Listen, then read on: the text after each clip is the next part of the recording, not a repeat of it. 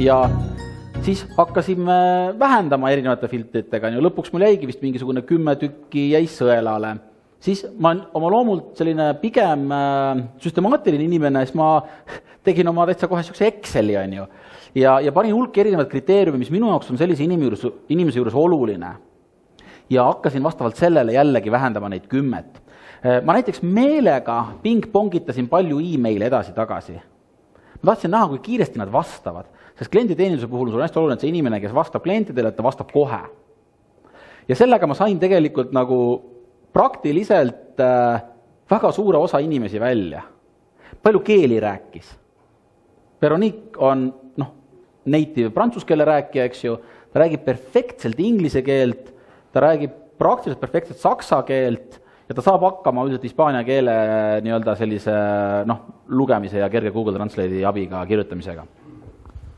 Ja keeled olid üks asi, siis, ja lõpuks oli niimoodi, et erinevad filtrid, millega ma nagu tõstsin inimesi välja. Lõpuks jäigi Vero ja üks itaallane, kes elas Argentiinas. Ja siis mõlemal olid nagu enam-vähem head, see poisiga oli veel see tore asi, et tema oli veel selline nagu mootorratta huviline ise ka, ja ma sain, äge. Ja viimane asi siis jäigi telefoniintervjuu.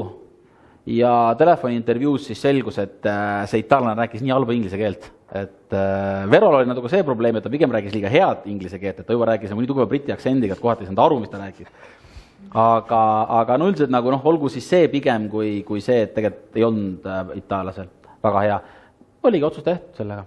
Nii et nüüd, kui te olete selle portfoolio läbi käinud, siis põhimõtteliselt need loogikad nagu värbamisel on enam-vähem nagu samad, et räägite, nii nagu te võtaksite Eestis agentuuri tööle.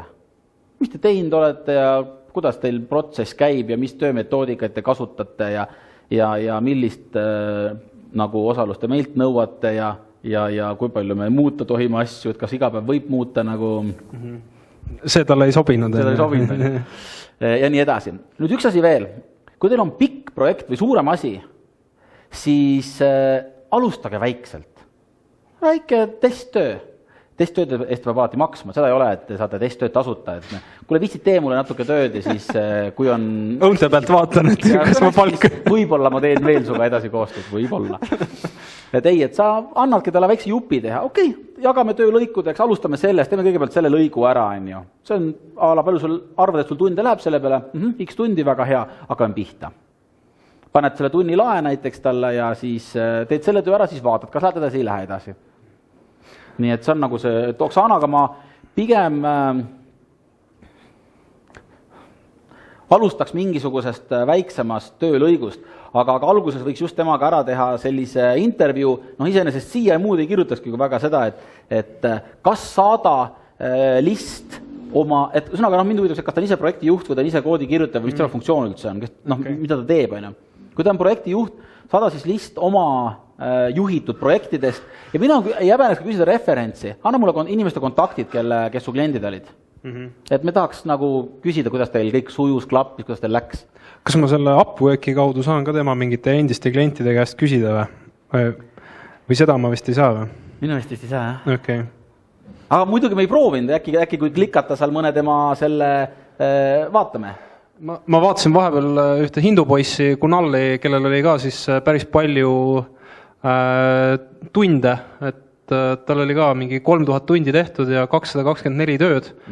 Aga mulle tema käekiri nagu ei meeldinud, et see veebivärk, mida tema teeb, tundub nagu liiga süke lihtlabane või süke nagu lihtsamad asjad nagu, et süke ei ole päris... Natuke, see on juba natuke süke üsna, ma ütleks süke 2000 keskpaik. Jah, et natukene tahaks midagi moodsamat saada, et ta on küll kõvasti teinud, aga mulle ta ei sobi. Tänapäeval on see tore asi, et WordPressil on ju metsikult template olemas, et ei pea üldse laskma template'i luua. Siis peaks olema suur firma, et me laseme oma käekirjaga template'i ehitada valmis. Reeglina lihtsalt valige mingi mõistlik template välja, maksate mingisugune $30, $40, $50 selle eest, on igaveseks teie oma ja laske sinna peale ehitada. Et näiteks Squarespace'iga me tegime ise, ma võid kirjutada korra sinna see, tegelikult vahet ülega. Ühesõnaga, me tegime ühele startupile, mida me praegu siin pusime, tegime Squarespace'iga lehe ja ise tegime ja võttis aega mingi, ma ei tea, natuke õhtuid. nõkerdamist oligi valmis, on ju, et ilma igasuguste IT-teadmisteta. Ta ikka vist ei luba mul sellele kliendile midagi teha, et no, lihtsalt näen, et on mingi siuke asi tehtud, aga ükski asi ei ole klikatav. Okei. Siis sa küsigi julgelt, aga ma sooviks natukene referentse, kellega te koostööd olete teinud. Ta tõenäoliselt annab need parimad, aga ikkagi küsi, kuidas läks, kui pikk oli, kuidas koostöö sujus, mille osas peaks olema ettevaatlikum, eks ju, olema ja nii edasi. Okei. Ja siia siis... Põhimõtteliselt, mida talle kirjutada võid praegu, küsiks jah, et mis tema roll on.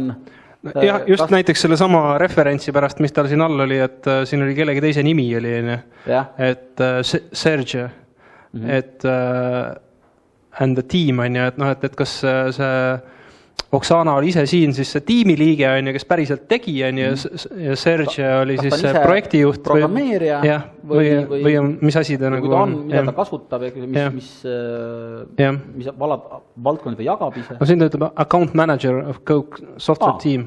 Okei. See on juba... Okei, et siis tal on mingi tiim, kes siis nagu teeb tal seda asja on ju. Siin võib jah, just jah. Nii. Tegelikult see on teada, et siis on teada. Ongi enam-vähem, et leppis kokku mingisuguse suulise intervjuu temaga. Jah, okei, mingi Skype'i nagu temaga. Skype'iga, jah, Skype'i, jah, näiteks. Näiteks midagi sellist. Okei. Nii, kas siiamaani on kellegi küsimusi tekkinud? Laske nüüd tulla, kõik need küsimused. Te olete vakal loidnud neid siiamaani. Küsimust ei ole, kuna me salvestame. Et mul küsimust ei ole, aga kogemus on selline, et kuna mina olin suhteliselt alustaja, siis ma ei julgenud tellida mingisugused täiesti suvalise võõra käest oma veebilehe uuendust. Ma läksin kindla peale välja, ma tellisin enda veebidisaineri käest kujunduse ja lasin siis lihtsalt mingil suhteliselt madala tunnihinnaga India poisilt siis selle lihtsalt ära teha. Et minu enda kujundus ja selles mõttes ma säästsin kindlasti paar tuhat eurot, ma usun. Aga lihtsalt et mitte võib-olla disaini pärast nagu minna niimoodi ehku peale, et kas sobib või mitte, vaid lihtsalt see tööraha nagu kokku hoida. Mis keskkonda sa kasutasid?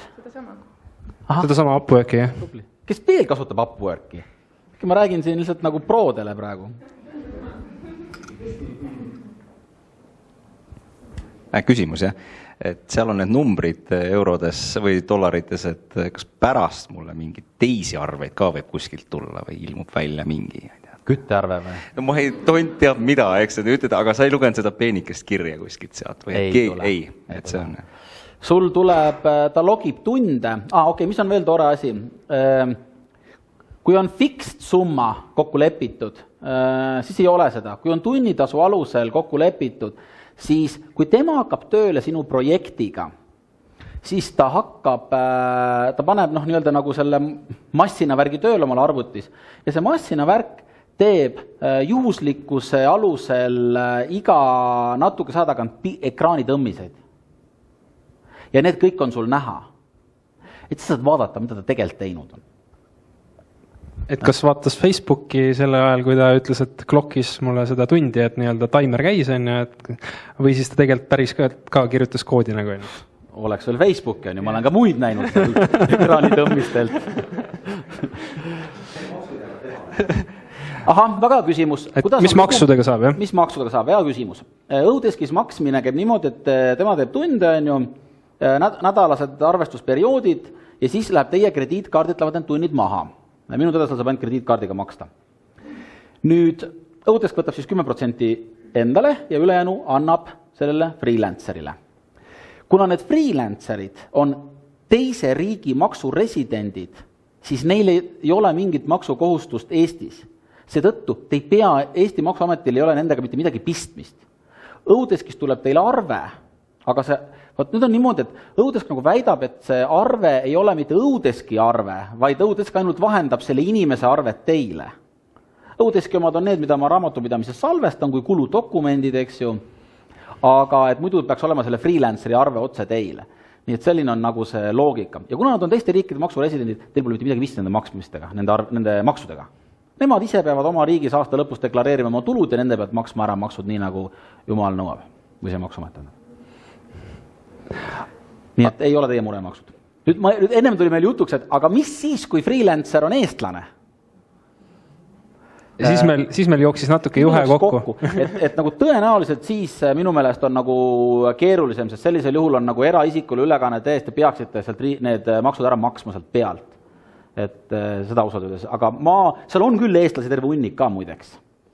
Aga ma ei ole nagu üldiselt kasutanud eestlasi sealt, et see on kokku. No jah, et kui see sisuliselt on vormistatud käsunduslepinguks, et seda loetakse käsunduslepinguks, jah, loogika peale üles ehitatud, et siis tõenäoliselt ei olegi. Siis on ikkagi selle freelanceri oma probleem, kuidas ta nagu maksuametiga maksud ära. Jah, see on tema mure juba. Südametunnistuse küsimus. Okay. Veel küsimusi? Jah. Jah, sa enne mainisid, et tegid ettemakse ja inimene kadus ära. Aga mida teha siis, kui see ettemaksu ei ole ka teinud, aga freelancer on ära kadunud ja tööd ei tule? No lihtsalt nagu lõpetad selle töö ära seal keskkonnas, ühepoolselt kirjutad oma negatiivse tagasisideme. Tema läheb mustmärk külge ja... Mustmärk külge, otsid järgmise. Mingi ajaperiood, kus ei ole mõistlik enam oodata? Sõltub, kas kommunikatsioon töötab või ei tööta. Kui ta ikka üldse näole ei anna, no siis ma arvan, et nagu nädal-paar on nagu piisav. Et kui ta ikka nagu räägib, et ei, ma teen, aga mitte midagi näha veel ei ole. Siis annad talle ühe nädala juurde. Ja näiteks, seal ongi, see protsessi juhtimine töötajaga on ka oluline. Ega seal ei ole nagu mingit maagilist nõia või võlukeppi, et umbes, et paned siin nõudes külas, kõik juhtub iseenesest. Ei ole, et ikka tuleb juhtida inimesi ja protsessi nii, nagu sa teed seda tavalises kontoriski. Et selles mõttes, ka seda neid protsesse tuleb juhtida, mida sa õudeskis tellid. Ja kokku leppima on ju, et mida sa täpselt teed, on ju, kuidas sa teed, on ju, vaatad üle neid, on ju, korralik suhtlus. Annad tagasisidet. Annad tagasisidet, on ju. Ja näiteks, Tõnu, mul äripartner, tema rääkis, kuidas ta pani ühe töö üles. Hiinas oli vaja otsida tootjaid Hiinas ja siis leppisid kokku, et me ei taha, et sa teed kogu töö korraga ära. Me tahame, et sa teed natukene, ala mingi 10 tootjat, meid huvitavad väga sageli, me anname talle näiteks nagu mingisuguse Google Sheet'i ette, Google Spreadsheet'i. Näed, siin on sul tulbad, mis on vaja ära täita. Jagad siis temaga seda ja siis ta hakkabki sinna täitma. Ja saad kogu aeg näha, mida ta teeb. Ja me andsime talle ülesande, et tee ära ainult näiteks mingisugune 10% tööst. 10, ma ei tea, tootjat otsi. Uuri see firma välja, see osa välja. No näiteks siis oli niimoodi, et näole ei anna, on ju, ja mingil hetkel saatis kogu töö ära, on ju. Ja kogu töö oli halvasti tehtud, ei olnud, me tahtsimegi näha 10% selle pärast. Aga nüüd on kõik tehtud, on ju. No siis me muidugi loomulikult panime talle ka, nagu ütlesime, et kuule, et okei, et las jääb, et tõmbame siia joone vahele, on ju, et me rohkem ei tee edasi, on ju. No midagi, ikkagi üritasime seal nagu leida lahendusi, aga siis panime talle halva hinde ja kogu lugu on. Et ega nagu muud teha ei saanud. Aga ära pidid ikka maksma, et ta oli töö ära esitanud, et panid halva hinde ja maksid ära või?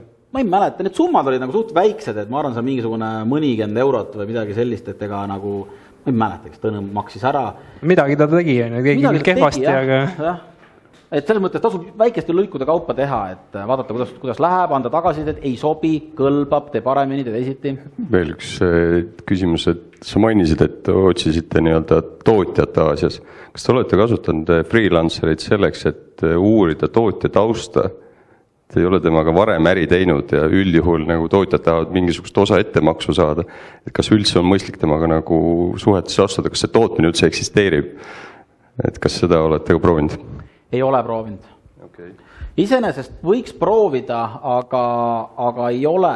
Mingid asjad on nii spetsiifilised, et ma võib-olla isegi ei oskaks seda, võib-olla ei otsiks isegi seda võib-olla freelancerite käest, et ma ilmselt pigem prooviks mingite kaubandustööstuskodade saatkondade kaudu, kas te teate inimesi, kes teevad sellist asja näiteks, kes uurivad kohalike ettevõtete tausta?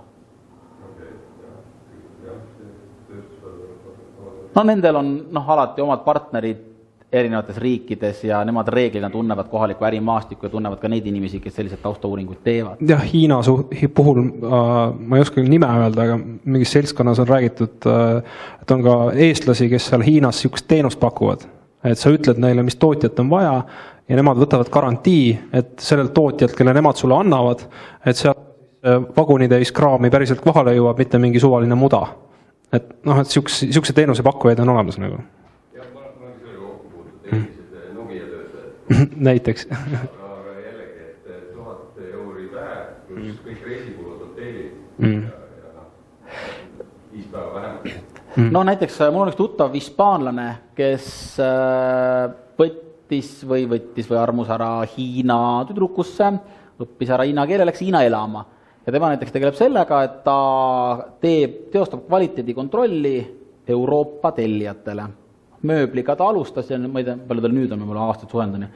Aga tema näiteks teeb seda, et ta teeb kvaliteedikontrolli, istub tehases, temal on terve hunnik neid väikseid nagu hiinlasi, kes siis on ära ostmatud ja kes siis lähevad tehasesse laadimishetkel ja siis ongi nii, et teinekord on ütles, et teinekord nagu pool konteinerit läheb kõrvale, et ei ole kvaliteet. Aga ta võtab 7% selle teenuse eest. Nii et ta istub ka nagu väga suurel kaubavool 7% teenustasuga. Pole paha, on ju. Et eriti sõltub, mis konteinerisse läheb. Nii et selles mõttes neid selliseid tegijad ikka on ja tähtis on see, et nad oleksid nagu võimalikult ära ostmatud, et hiinlased on sellised kõvad äritegijad. Nii, kas on veel küsimusi? Ma arvan, et inspiratsiooni virgutuseks võiksime siis võttagi selle lehekülje ette, mida siis Jakob siin laiali jagas. Et siia oled sa siis kirja pannud nagu need erinevad töötüübid siis, mida sa oled siis vanast Õudeski ja nüüd siis Upworki kaudu tellinud ja siis me paneme ka need netti üles, aga need, kes siis videot pärast jälgivad, et siis ma loen need niimoodi üldnimetusena üles, et on tarkvaraarendus, veebiarendus, kontaktide otsimine ja infosüsteemid, kirjutamine ja tõlkimine, igasugune nii-öelda administratiivne abi, disain ja multimeedia, müük ja turundus ja äriteenused. Tarkvara osas vast võib-olla ei olegi mõtet pikemalt peatuda, et see on nagu igast äpid ja asjad ja need on nagu iseenesest selge. Veebiarenduses, terve veebi tegemine on ja e-kommertsi tegemine, siis on see samas kasutajaliidese disain näiteks, et seda saate tellida. Te ei pea võtma siis sellisel juhul, te võite võtta vabalt ka mingisugune väga hea tegija kuskilt Euroopast või USAst näiteks, seda UI disaini tegema. Kas sa selle UI disaini puhul kasutasid ka seda Upworki või kasutasid seal seda freelance'i, mille puhul sa ütlesid, et seal oli disainerite tase nagu kõrgem? Ei ole kasutanud üldse UI-d, ei ole võtnud siit pigem. Okay. Näiteks üks hea näide on, nagu võib-olla kulusid tuleks ka juurde tuua, mis need hinna erinevused on ja ma katsun teile jooksvalt tuua neid. Me rääkisime pressiteatest, eks ju, millest Eestis küsiti 300 kuni 500, Soomes näiteks küsitakse 700 pressiteate kokkupanemise eest. Ja see on siis nii-öelda välisturule pressiteade? No jah, välisturule, ütleme. Ja siis sealt saime näiteks 20-ga siis mingisugune 6 tegelast, kes olid kõik native speakerid inglise keeles siis Austraaliast, Inglismaalt, USAst. Siis näiteks fototöötlus, et minu Ravakondal on nagu selle nii-öelda brändi raamatu järgi oma fotokeel, et fotosid tuleb natukene nii-öelda nagu värve mudida ja Eestis küsisime siis selle valdkonna spetsialistide käest, üldse keskmine hind oli 15 eurot per pilt on fototöötlus. Freelanceris siis seekord leidsime ühe rumeenlase, kes siis tegi $2 per pilt. Ja meil on nagu suht palju pilte, nagu võistlustelt tuleb, nagu kui tippsõitjad kasutavad seal meie tooteid on ja siis iga kord jälle kogu pakett jälle Andreile ja jälle tagasi kõik tipp-top. Alguses esimesed proovid ta tegi ei olnud, oli jama on ju, aga nagu me nagu tegelikult me panime kokku isegi ta suisa meie selle brändi agentuuriga. Et ole hea, et ütle, mis nagu nendel piltidel õige või vale on. Brändi agentuur põrgatas edasi tagasi mingi 2-3 korda äkki neid pilte, kuni Andrei sai aru, mis tal tegema peab. Ja nüüd on nii, et lihtsalt nagu 2 euri pilt ja tuleb $2. Nii. Andrei kontakt ikka saab jah, kui sa tahad. Meil on üks dilemma, meil on videod väga hea, aga pildid on vaja ümber teha. Nii-öelda fototöötlust jah? Jah, see on Venemaal tehtud. Tausta palju, peaks nagu spetsialist otsa vaatama. muidugi, jah. jakobsaks@gmail.com. Need kirjutage Jakobile, kes siis tahab Andrei kontakte saada. Jah, Jakob Saks, jah. Kõik kokku. Tänapäeval teate, et vahet ei ole enam kas punkt või mitte Gmailis. Muide, seda saab veel niimoodi kasutada, et sa saad punkti panna suvalisse kohta oma nimes. Mina olen näiteks igasugusel registreerimistel olen vahest pannud siis punkti mingisse suvalisse kohta oma eesnimes, et siis ma tean, et sealt kõik, mis on saadetud siis suvalises kohas punktiga, et neid pärast hästi välja filtreerida, et need on ebaolulised kirjad, on ju. Vau, äge. Jah. Te võite iga tähe taha punkti panna ka, kui teil on Gmaili aadress. Et ikka kõik tuleb. Yeah. Nii, väga hea. Lähme edasi. Mis siin on? Web development, seda me rääkisime, on ju. Networking Information Systems. No jah, on sellised data andmebaasi tegevused. Mis andmebaase sa nagu oled teha lasknud või mis point nagu oli, et kas see on samamoodi, et mingi kliendi andmebaasel asjad, et täita nii-öelda otsida siis mingid potentsiaalseid kliente ja nende kontaktandmeid või edasimüüjaid või mida sa siis selle data infosüsteemide all oled nagu mõelnud? Tähendab, see, mida me räägime nüüd, ütleme nagu sihtturul edasimüüjate otsimine, see läheb see sales and marketing alla. Siin see networking information system, see on juba selline andmebaaside hardcore nagu tegevus. Et see nagu ei ole, see on ütleme nagu see nii-öelda programmeerimise töö seal taga. Milleks sul neid nagu vaja on? Ma ei ole neid võtnud. Ma tahtsin öelda, tähendab, need ei ole asjad, mida mina olen teinud. Need on need teenused, mida Õudeskis või Upworkis pakutakse. Siin on list, mida mina olen teinud. Mul on sinna samm hiljem. Aga ei, mingid andmebaase meil ei ole sellised, et me nagu seda pole tellinud. Writing and translation, see on küll valdkond, mida me päris palju oleme tellinud. Üks teema on kindlasti copywriting. Copywriting tähendab seda, et nagu müüvate tekstide kirjutamine või koostamine veebi, et sul veebitekstid oleksid head, et su voldiku tekst oleks hea, et sul müügikiri, mida sa kirjutad, oleks hea, ja läbi mõeldud kõik, kuidas sa neid esitad ja seal on need klassikalised nii-öelda nagu copywritingu mingid mudelid, mida näiteks saab kasutada, et sa nõhud probleemile, siis räägid, kui palju see probleem nagu kahju teeb, siis pakud lahenduse näiteks välja, mida sinu ettevõte teeb ja nii edasi. Et kõik sellised asjad nagu võtad mingi hea copywritingu spetsialisti sealt. No mis siin veel huvitav on, see blog and article writing. Tegelikult mul on korraks, tulen tagasi selle tõlke juurde, et ma võtan tõlke näiteks mingi Ukraina keelde, et tahan sinna turule minna või võtan türgi keelde. Mul on usaldusväärne nii-öelda näitajate järgi on hea, aga et kus ma pärast tean, et ma ise ju seda keelt ei valda, et kuidas ma kontrollin, et see tõlge, mis ta tegi, on nagu päriselt ka tõlge. Aga kuidas sa seda Eestist värvatud tõlkeagentuuri puhul teed seda kontrolli? Et lihtsalt usalduse küsimus siis nagu. Aga kuidas sa siin teed? No tõenäoliselt siin ma usaldan, nagu, et need eestlased on sama. Ja. Mida sa võid teha on see, et võtta jällegi teine freelancer, kellel sa palud selle üle vaadata. Ja tema võtab selle eest mingi väikse raha. Tõlkehind minu meelest on siuke, ma ei tea, 10 eurot leht on Eesti agentuuridel, et nendel on seal veel vähem. Üldiselt soovitan kasutada native speakerit tõlke tegemiseks, et ma elasin kunagi Hispaanias 5 aastat ja väga palju Eesti firmasid sattus minu juurde, kes palusid, et aita midagi. Ja saatsid ka mulle tavaliselt müügimaterjalid ülevaatamiseks. Ja 90% juhtudel, kui need tõlked olid tehtud Eestis, oli tõlge vale, oli tõlge vigane. Ja see oli 2 nagu põhiprobleemi, mida ma nagu tajusin. Üks oli see, et kas oli teinud mingi eestlane, kes oli siis Tartu Ülikooli ala filoloog, on ju. Väga tore, aga ikkagi mingid nüansid paraku jäävad sul puudu selle mõne aastaga, mida teised on eluaega elanud, on ju. Või teine variant, kasutati mingid rahvusvahelisi tõlkevõrgustikke, kus tõlge tehti näiteks Lõuna-Ameerikas või Ladina-Ameerikas. Sest seal on see häda, et seal on väiksed nüansid, väiksed keelenüansid ja kuna ladinaameeriklased on Hispaanias valdavalt ikkagi immigrantidena nähtud, kes teevad palju koormust ja palju kuritegevust ja nii edasi. Ja kui sa siis tahad mingit eksklusiivset toodet müüa immigrandi keeles neile, siis ei ole hea toon. Nii et selles mõttes mina kasutan alati Madridi bürood, isegi mitte Barcelona, Kataloonia, Madridi bürood, kes tegi nagu väga head tõlget ja tänaseni kasutan neid. Aastad juba 11. Nii et jah, näiteks ma vaatan kohe, et ma olen siin teinud... Sul oli tõlget päris palju ja ma vaatasin tõlget üsna palju, jah. Afrikaansi keelde näiteks oli vaja üks veebisait tõlkida.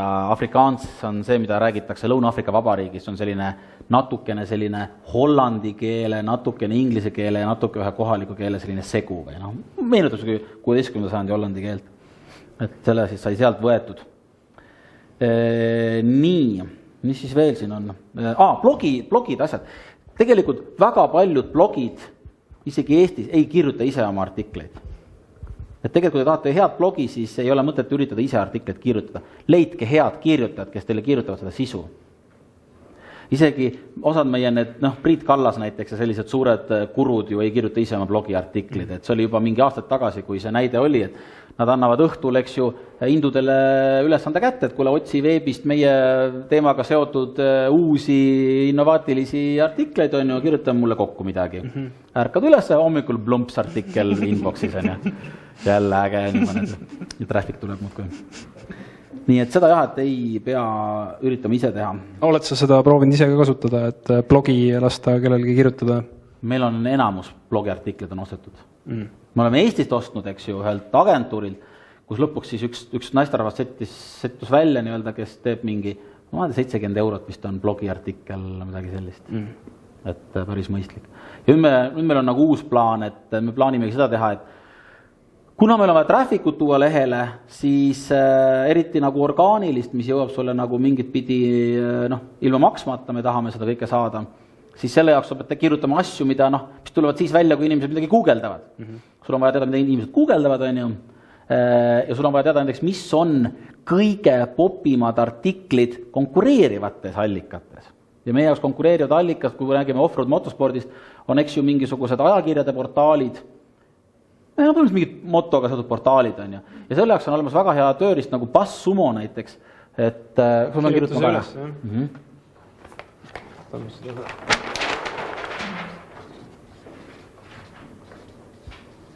BuzzSumo.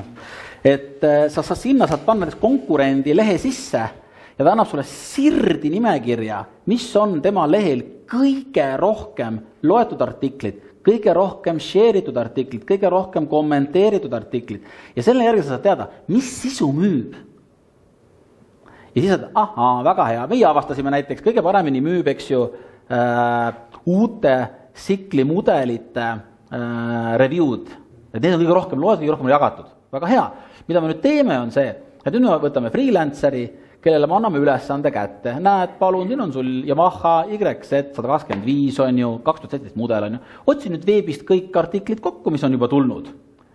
Kirjuta ümber. Kunagi ei tohi kopeerida, sest siis Google ei rängi seda.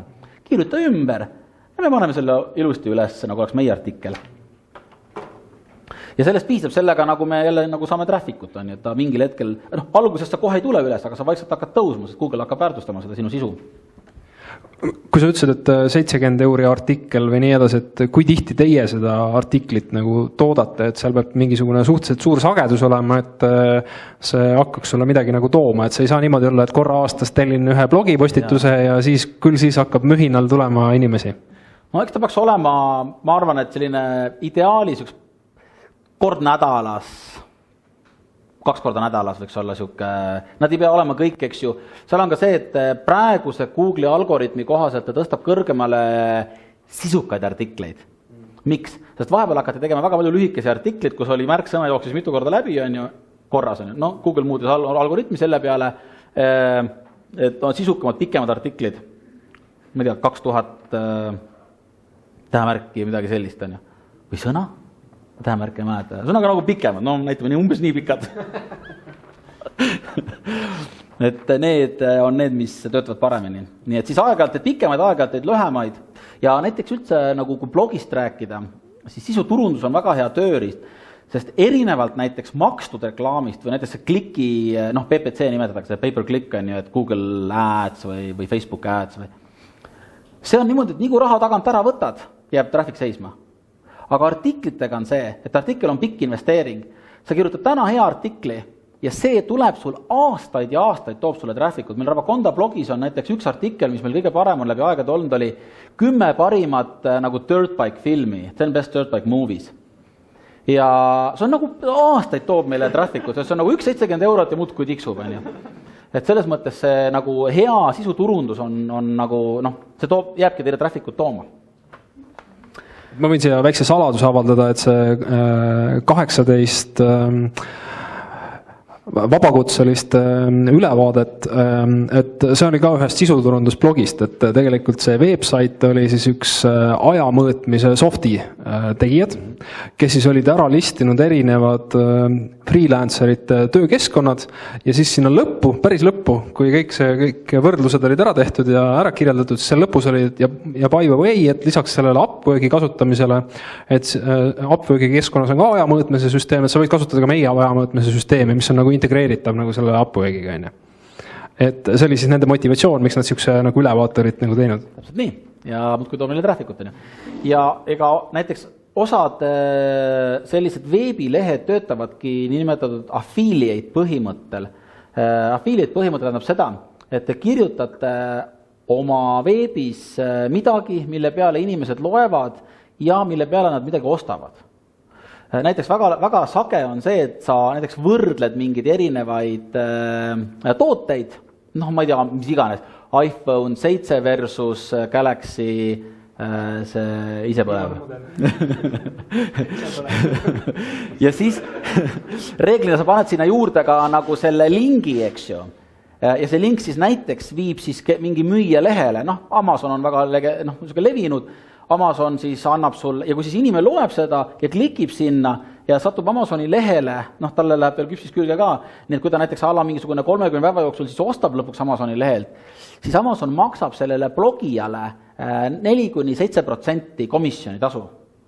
Ja affiliate, parimad teenivad sul mingisugune maailma legendaarsemad teenivad seal 2 miljonit aastas. Ainult sellega, et nad loovad sellist sisu, mis paneb inimesed midagi tegema, näiteks midagi ostma ja siis need, kes ostavad, annavad komisjoni selle eest. Et see on täitsa omaette maailm on see. Isegi eestlasi ma tean, kes ainult sellega tegelevad, et loovad järjest veebilehtesid, kus on sisu mingisugune spetsiifiline, mis tuleb otsimise peale rankingus kõrge välja, inimesed loevad, klikivad, ostavad, raadiksub. Palju see videoturundust kasutate, oli küsimus? Meie jaoks on ülioluline videoturundus. Et peaasjalikult me teeme ise, aga meil on ka näiteks meil on nagu võistlustel, eks ju, valdavalt on need videod. Peaasjalikult käime ise tegemas. Mitte peaasjalikult ei saa öelda, nagu aastas 3-4 võistlust käime ise tegemas. On ju. Ja siis ülejäänutega meil on näiteks kokkuleppe ühe mingite ajakirjanikega, kellega meil on kokkuleppe, on ju. Et kui käid võistlustel, on ju, palun te pilte, on ju, saada, me maksame sulle nende eest. Ja siis nemad teevad niikuinii oma ajakirja jaoks tööd ja siis natuke teevad taskuraha ka sellega, et teevad näiteks meile ka pilte. Me ei või ise kuhugi sõitma. Meil on nii palju kuluefektiivsem. Nii, aga lähme edasi. Plus siis how-to videod kindlasti, see on hästi pop tänapäeval. Et kuidas kasutada ja siis on need unboxing videod. Võtad karbist välja. Jah, see on omaette žanr täiesti, et inimene saab siis mingi toote, ostab internetis tuleb on ja siis paneb kaamera käima, et nii kuidas siis, mis seal siis on, teeb karbi laati, vaatab, kommenteerib on ju. Ja nemad teevad ka need sellepärast, et keegi jälle otsib ja kui see YouTube'is tema video tuleb välja, siis tema video peal reeglina mingi reklaam. Ja kui nüüd inimesed seda reklaami siis klikivad, midagi teevad, siis jällegi see videoblogija saab sellest raha. Kes see tänapäeval siis? Päris tööga raha teenib. Nii, okei, siis oli administrative support, on data entry, see on väga levinud asi. Näiteks võib-olla just siuke andmebaaside tööd, sul on mingi Exceli tabel, mida on vaja luua või teha või sisestada või korrastada või näiteks sul on Exceli tabel, aga sul on näiteks olemas mingisugune kliendihaldustarkvara, CRM nii-öelda, kuhu sul on vaja siis seda infot sisestada, on ju. Sul on vaja selle jaoks, et seda infot sinna sisestada, kõige lihtsam on seda importida, on ju. Siis sa impordi jaoks tavaliselt sa saad sealt veebi või CRM programmist saad sa mingi näidise. Sa pead täpselt tulba järgi vastama näidisele. Võt siis ongi, et sul on mingi oma andmebaas, siis on sul see näidis, siis ütled, annad freelancerit, ole hea, et viitsid korrasta see nüüd ära ja pane kõik telefoninumbrid, pane ilusti pluss 372 ette ja seda moodi asjad on ju. Annad talle sellised asju teha ja siis pärast pane mingid tagid külge, mis iganes sul vaja on sorteerimiseks. see on täpselt selline mechanical Turk tüüpi ülesanne, et et noh, kus on selline loll tuim töö nagu ja mida saad siis odava raha eest tellida. Mõni kuni mitu eurot tund. Nii, personal assistant, väga levinud, see on see, mida ma Tim Ferrisi raamatust lugesingi, see 4-tunnine töönädal, et personal assistent, kui sul on nagu palju tegemisi, siis sa võidki sealt värvata omale assistendi, kes sinu asju teebki ja korraldab. Kuni sinna maani, et ta võib su lapsele sünnipäeva ka ära organiseerida lähimas mängutoas. Noh, eeldusel, et räägib eesti keelt muidugi, et seal on nagu, ütleme, USA-ga on lihtsam. Aga ta saab su e-maili kõik kätte ja ta vastab ja mis on tähtsad, ta saadab sulle edasi ja haldab su kalendrit ja teeb sul mis iganes tšekkide skännimise ära või mis iganes ülesanded sul on, mis sul endal on tüütud teha. Meil on siis, noh, ma ei tea, nagu Veronique, ta ei ole nagu personal assistant, ta on meil lihtsalt nagu firma nagu selline, ta on meil kusjuures kõige tublim firma. Kaugelt tublim kui meie. Et tema siis jah, tegeleb kogu sisse tuleva meiliga ja sellise asjaga, et ei pea nagu ise tegelema sellega. Nii, web research, seda me oleme hästi palju teinud. Eriti näiteks sellises osas, kus sul on vaja kaardistada ära võimalik edasi müüjaid. Noh, näiteks kaardistasime ära, ma ei tea, kui mitmes riigis, näiteks paadidiilerid, eks ju. Paadidiilerid, kes paate müüvad, on ju, pikad nimekirjad neist kõigist, on ju. Siis saad hakata neile turundust tegema, on ju. Vaja ära kaardistada näiteks, ma ei tea, hambalaborid USA-s, on ju. Vaja ära kaardistada näiteks väikesadamad Saksamaal ja Hollandis, Taanis, on ju. No, vaja ära kaardistada, ma ei tea, mis iganes. No näiteks, data entry puhul läheb selline asi arvesse. Meil oli vaja saada off-road motopoodide võrgustik Euroopas. No, nii pikk nimekiri kui võimalik, eks ju. Kust leida? No üks asi on guugeldada, on iga riigi kohta eraldi, teed selle nimekirja, satud mingitele andmebaasidele, saad kätte. Siis me leidsime, et on olemas mingisugused suured maailma, noh, sellised suured firmad, distribuutorid, kellel on see nii-öelda dealer search funktsioon, et sa paned oma riigi ja oma postikoodi ja ta näitab, millised kauplused sinu lähedal müüvad nende tooteid. Ja kui ta on hästi suur võrgustik, siis sisuliselt oligi freelanceritel ülesanne võtta riigi kaupa, piirkond piirkonna kaupa, pane sisse üks postikood ja kõik need, kes seal ümberringi kauplused on, kes müüvad, kopi nende andmed Excelisse või spreadsheeti. Pikk töö võtab aega, nemad on väga õnnelikud. Kui sa mõtled selles mõttes, et noh, nendes paljudes riikides nende palk ongi võib-olla $100 või $200 kuus on juba nagu väga kõva palk neil. Siis kui nad teenivad tunnis $2, siis ei ole mitte üldse nagu halb neile. Nii, mis veel? Ma tahtsin küsida, et kas siin on nagu järgmine asi on email response handling, et see sama, et kui ma selle veebiuuringu olen lasknud ära teha kellelgi, et ta mul selle hullu nimekirja tootnud, et kas ma nüüd saaksin kasutada ka siis neid vabakutselisi selleks, et saata neile kõikidele tüüpidele, kes seal nimekirjas on e-mail või hakata mingi grupikaupa nagu saatma, et noh, kõige magusamad, järgmised nii edasi ja tavaliselt e-maili turundusega on nagu sükke värk, et noh, vastatakse 3. või 4. e-mailile, et noh, et keegi peab pidevalt nagu ketrama seda, et noh, et esimesele ei tulnud responsi, noh, siis saadab järgmise meeldetuletuse, siis veel järgmise, et kas seda nii-öelda meeldetuletust kuni selleni, et sealt teiselt poolt tuleb vastus ja siis see vastus sulle nagu edastatakse ja siis sa ise tegeled selle kliendiga edasi, et kas nagu siukest töölõiku ma saaksin ka nagu selle vabakutselise käest sealt nagu tellida? Jah, väga palju küsimusi häid korraga. Proovin järjest võtta. Suur küsimus on see, et kui ettevõte on hunnik mingeid tegevusi, eks ju, see on mingi lõik või mingi töö, mida on vaja ära teha, on ju, siis küsimus on, kuidas sa tõmbad oma firma piirid, mis on seespool piiri, mida ma ise teen, mis on jääb väljaspoole piiri, on ju, kuidas sa seda teed, on ju. Mille järgi sa otsustad seda, et mis on sees või väljas, on selle tegevuse kriitilisus. Et kui on mingid tegevused, mis on sinu ettevõtte eduks, väga-väga kriitilised, siis tuleb mõelda, kas mul on mõtet seda meie nagu ettevõtte õnne nii-öelda nagu välja poole anda kellegi teise kätte, tule ja tee mind õnnelikuks. Mõned asjad mõtet ise kontrollida. No näiteks samas brändi loomine, et kui teil ettevõttel bränd on oluline, väga oluline, sellepärast, et see ongi selline ihalusobjekt, brändi toode, sellisel juhul tasub seda hoida majas sees. Kui teil näiteks on mingi startup, mis pakub mingit teenust, kus see bränd ei oma tähtsust tegelikult, vahet ei ole, milline see logo on, või tähtis on see, et see asi nagu tööle hakkaks, inimesed teenusega rahul oleksid.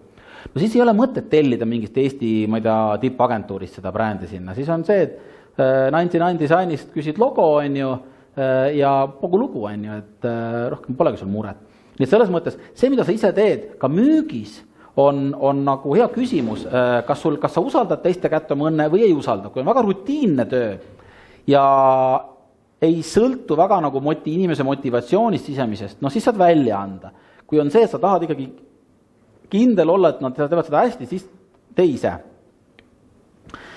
Üldse nagu sellist müügitööd ma väga ei soovitaks outsource seda, sest see on üks asi, mida üldiselt tasub ettevõttes endas ära teha, müügitöö. Samas sul Veronique on ju nagu näide, et tema ju haldab kliente. Veronique on näide, vaata siin on nagu müügitöö ja kliendihaldus on kaks ise asja.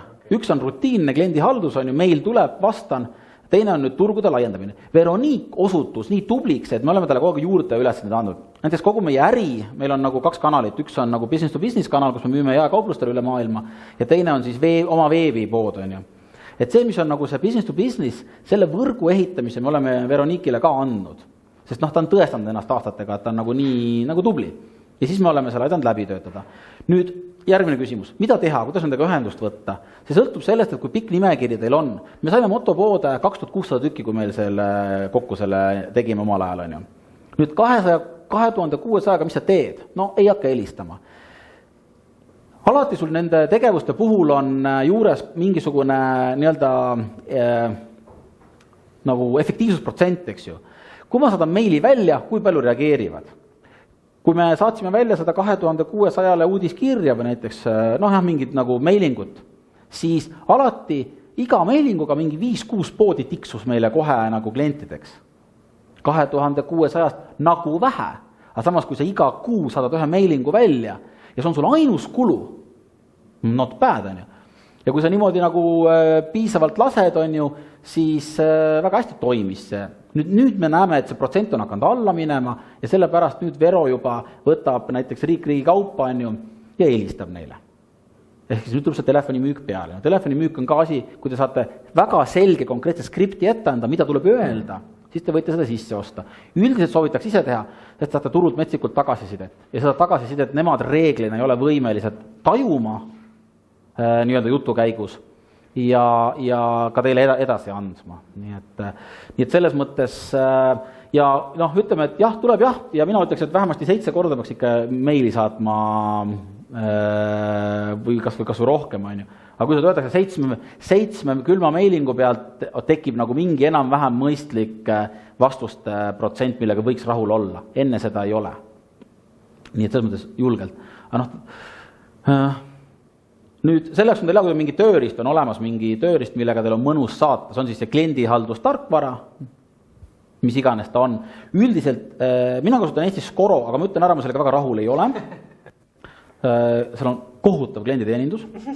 Kui maailm praegu liigub sinna poole, et ka väga veebipõhistel teenustel, no mingi suvaline, ma ei tea, kas on see Passumo või ma ei tea, mingi suvaline asi, mille tellid omale seal veebilehele mingisugune võib-olla mingi tagasiside mootor, mis on ainult veebipõhiselt toimivad, siis suund sinna poole, et klienditeenindus on neil isiklik. Ja see on nagu, kas siis e-mailina, et kuule, tervist Jakob, et ma nägin, et sa regasid meie toote ära ja hakkad seda kasutama, et millal tohiks sulle helistada ja rääkida üle kasutamisnipid. Hotjar, vaid Moz on üks, mida ma kasutan veel. Märksõnade osas väga hea tööriist. Moz ja Ahrefs on sellised, mis näitavad ära, aitavad teil nende keywordidega, siis märksõnadega tegeleda, mis on Google'is head. Ja nad aitavad teil neid analüüsida, neid jälgida, kus te olete, aitab teil neid õigete märksõnade liste. Ja kui teil see on paigas, siis märksõnade baasilt te alles hakkate blogi sisu tootma või sisuloomet tegema. Ei ole mõtet hakata nii, et mulle tundub, et see võiks kliente huvitada, kirjutan artikli. Lõpuks keegi ei pruugi lugeda. Sa pead teada, mida otsitakse. Mis on need märksõnad, mida otsitakse? Näiteks erinevad freelance'i keskkonnad, eks ju, ja nende võrdlus on ju. jah, et see märksõna selle puhul oli alternatives to Upwork. Super, ideaalne. Ja nemad teavad, et seda otsitakse. Nad on selle välja uurinud. Ja siis ongi see, et nad teevad sellise märksõna peale artikli ja saavutavadki oma eesmärgid. Ja Moss on aitatud seda teha. Mossiga nii, et nii kui ära regasin, kohe tuli ekraan, siin on meil kalender, märgi omale vaba aeg, kui me teeme 45-minutilise sellise, või minust 45 minutit, jah, sellise nagu jalutame kogu programmi läbi ja õpetame sulle ära. SiteGroundi regasime oma domeenid. Kas keegi tegeleb üle maailma ka, müüb oma kraami või siin ruumis? 2. Ühesõnaga, Eesti serveritega on probleem, sest Eesti serverid on väga aeglased selleks, et müüa mujal. Näiteks meil on USA see aeg on nii aeglane, et tänu sellele me Google'is rängime USA-s halvasti. Sest Google võtab arvesse seda, kui kiiresti see leht laeb. Mis me pidime tegema? Ei kõlba Sone, ei kõlba veebimajutus, sest neil ei ole serverid mitte kuskil maailmas mujal kui ainult Eesti Vabariigis, siis ei kõlba, tuleb võtta midagi muud. Me võtsime näiteks sellise teenuse nagu SiteGround, kellel on siis serverid üle maailma ja nad siis peegeldavad nii, et sa nagu igas riigis laed kiirelt. Nad helistasid mulle järgmine päev. Tegite selle, on ju nii äge, et kuidas teil on, et kas ma saan äkki aidata või et ma hea meelega nagu kas äkki jalutan läbi teid selle protsessi, mis iganes. Et on uskumatut, nad helistavad mulle, nad jõuavad inimestele helistada. Nüüd, miks mul Next või see Skoro ei meeldi, on see, et nad kategooriliselt ei taha, et sa neile helistad, neil ei ole isegi numbrit, nad ütlevad, et ei, meil ei ole telefoni tuge, sa ainult tohid meile kirjutada. Ja siis, kui sul on mingi lihtne küsimus, et kuidas ma seda Skoros teen, et kas ma peaksin tegema nagu nii või naa, siis sa ei saa vastust sellele, sul terve protsess seisab, sest sa pead siis neile kirjutama e-maili ja siis ootama, siis nad vastavad sulle 24 tunni jooksul, on ju. Aga mul jälle päev läinud, ma ei saa teha oma asja, mida ma teha tahtsin. Ja vastus on, kui ma olen nagu korduvalt orisenud, nad alati ütlevad, et jah, aga vaadake, see õudselt raiskab meie arendajate aega, kui nad peavad nagu vastama küsimustele. Mis see minu asi on teie aega vastavad, see on teie mure, teie aega raiskavad. Nüüd te raiskate minu aega selle asemel, on ju. Okei, aga kogu selle jutu tulemusel ma räägin teile, et üks vingemaid asju, mida ma olen leidnud kliendihaldus ja turunduse jaoks on HubSpot. Et see nagu uskumatult äge tööriist. Tal on väga hea Gmailiga integreeritus. Te näete kõikide oma saadetud meilide avamisi, kas need avatakse, mida need avatakse. Online'is näete, kui need avatakse. Nii et selles mõttes teinekord on nii äge, et näed, et keegi avab su meili mingisugune, mida sa oled võib-olla mingi nädalaga tagasi saatnud, on ju, siis kirjutad talle kohe. Et kuule, et ma just mõtlesin su peale, et pime juhus võib-olla, on ju. Ilmselt pime juhus. Nii, rääkisime siis sellest kliendihaldusest ja et sa selle Skoroga ei ole rahul. HubSpot on siis see, mida sa tahaksid nagu kasutada. HubSpot on ise väga hea tarkvara. Kui teil HubSpot ei ole, siis MailChimp on see tarkvara, mida ma soovitaks teil meilingute saatmiseks kasutada. Kes MailChimpi kasutab juba? Rohkem inimesi, väga tublid. Hästi hea analüütikaga näed, palju on avatud, palju on klikitud, nagu ise kasvab, eks ju, suht nagu mõistlik asi. Ja siis sellega paned automaatseks. Sa teed need põhjad, e-maili põhjad teed automaatseks, on ju, kirjutad need ennem valmis, paned süsteemi. Ja siis, näiteks, kas sa ühendad mingisuguse e-kommertsi platvormi, mis iganes, ja siis ta automaatselt saadab neid. Et meil oli selles mõttes väga huvitav näide just sellest nädalast, et meid hakkas huvitama, et kui meie saadame ka mingisugustele sadadele ettevõtetele, saadame uudiskirju välja, et kui palju neid siis firma sees laiali jagatakse. Et meil on üldmeili peale saadame, et kas turundusinimesena jõuab, et nagu täna siuke lahe nagu koolitus on. Ja siis MailChimpis sa näed ära, et mitu korda siis sellele üldmeilile saadetud kirja on nagu lahti tehtud, ehk siis, et kui seda on edasi saadetud firma sees, et siis mitu töötajat sealt firmas on nagu seda siis nagu lahti teinud. Et see on, seal võib olla teatud tõenäosus, et see inimene on ise 5 korda seda või 8 korda seda lahti klikkinud, aga see on suhteliselt nagu vähe tõenäoline, et tõenäoliselt on siis firmas sees nagu laiali saadetud. Ja see näitab meile ära, et millised firmad on tegelikult meie jaoks aktiivsemad, ehk siis, et kellele me peaksime ühendust võtma ja uurima, et kuulge, miks te täna siia jõudnud, et mis me saaksime teha, et jõuaksite rohkem siia või et kas te vaatate siit veebist äkki, et selles mõttes MailChimp on nagu päris huvitav analüütika, võimaldab sul teha, et mille peale ise nagu ei tulnudki nagu esimese sa puudusid teist teada asja, et mis sa siis nagu teed, et täpselt nii, kui keegi sa näed juba, et on mingi aktiivsus suurem, siis tema statistiline tõenäosus osta on ka suurem või tulla siia või mis iganes. Nendega teegi tööd rohkem, eks ju, sinna suunagi rohkem aega. Sõltub sellest, kui pikk on teie kontaktide nimekiri, sellest valite meetodi. Kui teie kontaktide nimekiri on pikk, siis kasutate emaili turundust. Kui teie kontaktide nimekiri on lühikene, siis kasutate telefoni turundust. Sest kui teil näiteks teate, et mingi 1 või 10% reageerib, siis kui teil on 30 firmat, siis 30% 1% on mitte ühtegi. Et järelikult ei ole mõtet tegeleda emaili turundusega, et vahest mõni eksportöör ütleb, et täitsa nagu mõttetu värk, et ma saatsin 30 firmale meili ja mitte ükski ei vastanud. Normaalne, täiesti ootuspärane statistika. Seal oli üks video startupide edendamisest või et kuidas, mis on nagu nipid ja võtted ja siis üks koolidele tarkvara müüv siis firmajuht siis rääkis, et nende esimene klient, kes tahtis osta, nõudis 7 kontakti, 4 e-maili, 2 kõnet ja siis mingisugust videokonverentsi selleks, et nad lõpuks ostu ära teeksid. Ja see oli klient, kes tahtis osta. See oli see, kes oli juba ära moositud, kes oli huvitatud. Ja ikka nende e-mailide vahel olid mingid pausid, et sa pidid ennast meelde tuletama ja nii edasi. Et see, et ühele meili, sellepärast ma küsisingi, et vaata, et ma pean nagu mingi 4-5 meili saatma, et kui sa tõmbasid selle piiri, et mida ma tahan hoida firmas sees ja mida väljas, et kas see 7 e-maili saatmine, mis ei nõua väga palju uut sisendit, et ma saangi talle skripti ette anda, et tuleta meelde ennast esimene kord nii, teine kord naa ja 3. kord teistpidi, et siis ongi mingi inimene, kelle ma panen seda tegema, või siis ma saangi kas mingisugust HubSpoti või midagi kasutada, mis automaatselt neid nagu saadab, et kui e-maili vastu ei ole tulnud, et siis saadab uuesti mingi asja.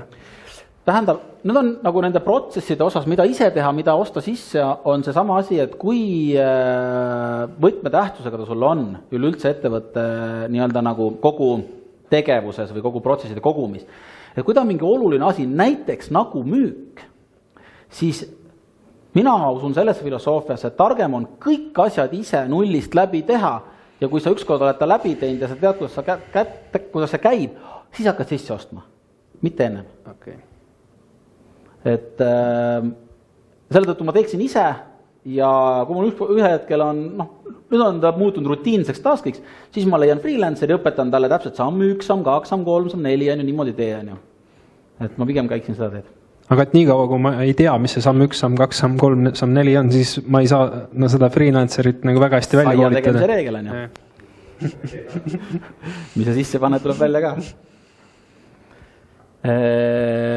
Okei, et põhimõtteliselt on võimalik, aga et sama hästi võiksime kasutada siis selle kliendihalduseks automatiseerivaid lahendusi, mis mulle selle vajaliku info kätte toovad ja võimaldavad mul näha, et milliste klientidega tasub kõne teha või siis 2 e-maili veel saata ja kellega pole mõtet nagu aega raisata praegu, kelle juurde tasub tulla tagasi või saata neile iga kuu lihtsalt tuimalt infokirja, kuni nad äkki ellu ärkavad või meid märkavad. Jah. Jälle, väga hea. 80-20 reegel, legendaarne, eks ju. Pareto seadus, ABC seadus, mis iganes, kuidas ta nimetatakse. Kunagi ta oli aga kõige levinum tema nagu tänapäeva kasutus on see, et 20% klientidest annavad 80% käibest, eks ju. Järelikult tasub kõige rohkem tegeledagi nende 20%-ga, eks ju, sest nemad annavad kõige rohkem käivet. Nüüd, sama on ka tegelikult minu silmis oma protsessides, et sul on 20% protsesse, mis annavad tegelikult 80% sinu ettevõtte edasi liikumisest. Sul on tähtis teada, mis need 20% on. Teine võrdlus on need suured kivid ja kivide purki panemine, eks ju. Kõigepealt suured kivid purki on ju, siis mahub sinna veel midagi, kui sa paned kohe liiva, siis suured ei mahu enam. Et selles mõttes 20% tegevustest annab 80% sinu ettevõtte edasi liikumisest. Nüüd küsimus, mis 20% on ju, mis kõige paremini seda edasi aitavad. Ja ka nendest tegelikult väga sageli on see, et 20% nende tegevuste ära tegemisest annab sulle 80% efektist kätte. Nii et kui me räägime siin HubSpotis meilingute automatiseerimisest, siis minu jaoks sõltub, mis faasis teie ettevõte on, kui lihvitud on teie protsessid ja kuidas te kõik töötab. See tundub pigem juba protsesside lihvimine, et alguses mina ütleks, et 20% tegelikult sellest e-mailingu tööst piisab sellest, kui te lihtsalt selle e-maili välja saadate, ja tehte seda kas või manuaalselt, aga piisava regulaarsusega. Ja see ei võta palju aega, aga tehke see ära, see annab teile 80% edust. Nüüd see oli viimase 20% edu lihvimiseks, siis jah, te juba hakkate automatiseerima, teete sinna tohutud süsteemid taha, kõik värgid särgid. Nii et see on seega, et iseenesest ma teeks alguses selgi lihtsalt, et nii, aga lähme edasi. Et jõudsime siis disaini ja multimeediani.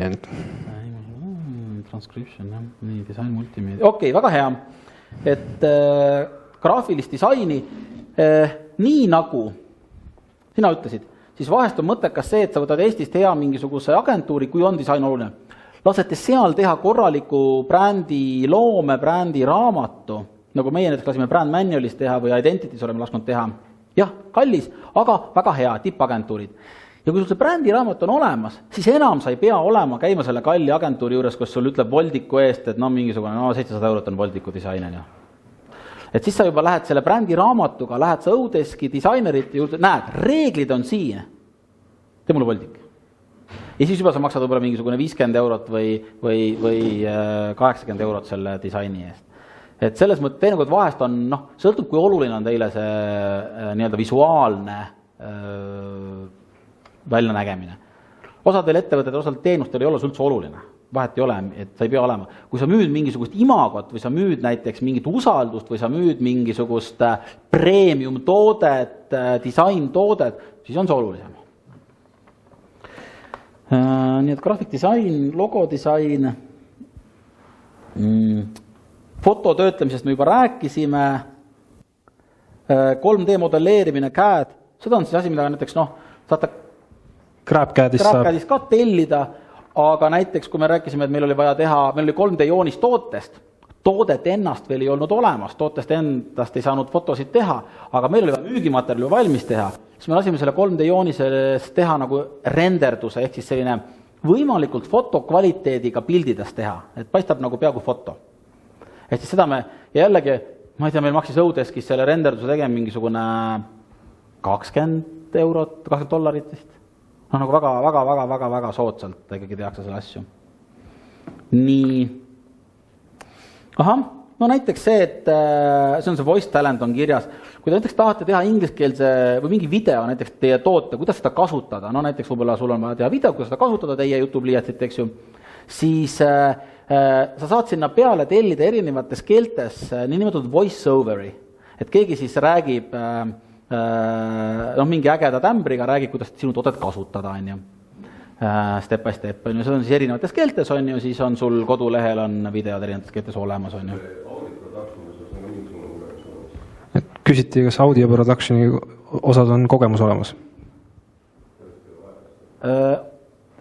Minu meelest meil on, kuna sellega tegeleb rohkem mul äripartner Tõnu Kallast, et minu meelest ta on lasknud seal teha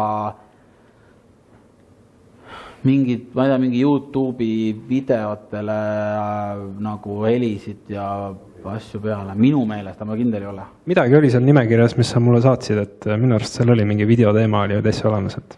Kohe ma vaatan siis sellega üle. Nii, animation. Animation. Näiteks mul oli vaja ühe koolituse jaoks slaide teha ja slaididele oli vaja nagu tekitada slaididele selline nagu üks selline nii-öelda nagu mehikene, eks ju, keda ma siin saan slaididel erinevatel kohtades kasutada. Mingis koha peal ta näitab näpuga sinna, ma ei tea, ala teksti peale ja mingil kohal on see, mingi sükse naaga või mis iganes on ju. Et siis see oli siuke hea Odeski ülesanne luua see mehikene kõik võimalikes erinevates poosides. Said siis hea mehikese või? Jah. Nii, presentatsioon, okei, väga hea, sales and marketing. Nüüd advertisingut, jah, ütleme, reklaami kujundamine on juba su graafiline disain, aga reklaami tegemine jällegi on minu meelest võtmetegevus, seda ma üldiselt olen ise teinud. emailiturundust ikka ise, SEO-d saate tellida sealt, küll jah, mingid, no näiteks Woodbright on üks Eesti firma, kes teeb selliseid... Et kes ei tea, siis SEO on see tarkus, millega tehakse sinu veebileht Google'is hästi leitavaks ja hästi nähtavaks. Orgaaniliselt. Et kui keegi midagi kirjutab, tuleb sinu leht üleval iseenesest välja ilma maksmata. Et selle jaoks on vaja seda nii-öelda SEO-d teha. Search Engine Optimization. Just. Ja üks Pärnu firma Woodbright teeb mingisuguseid pakke, selliseid põletamispakke, mida saab nagu küünlana kasutada või väga ägedad tooted, on ju. Siis just see Eeva, kes seal on see juhataja omanik, tema just rääkis, et neil on mingisugune freelancer, kes 150 eurot kuus teeb siis ära nende nagu need SEO ülesanded, on ju. Ja tõepoolest on ta nagu rängib väga hästi.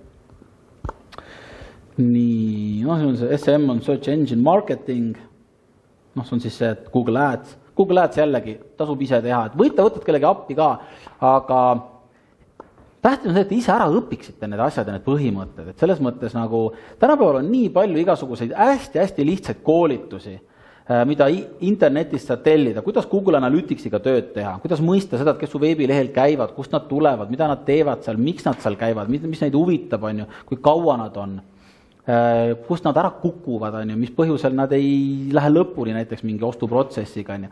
Et noh, ala mingi selline koolitus maksab sul võib-olla 99 eurot ja sul on siis mingisugune võib-olla mingi, ma ei tea, paarkümmend moodulit, igaüks siuke pool tundi või saad rahulikult omas tempos kõik seal ära õppida, on ju. Et need asjad ma soovitaks kindlasti nagu endal ära õppida. See ei võta palju aega, aga avab nagu väga palju silmi. Samamoodi on pay-per-click, ehk siis igasugused Google Ads ja Facebook Ads ja bannerid teema. Ja. Et üks asi, kust viimase koolituse ma ostsin sellisest keskkonnast nagu Udemy, jah, sa tead ka seda, jah?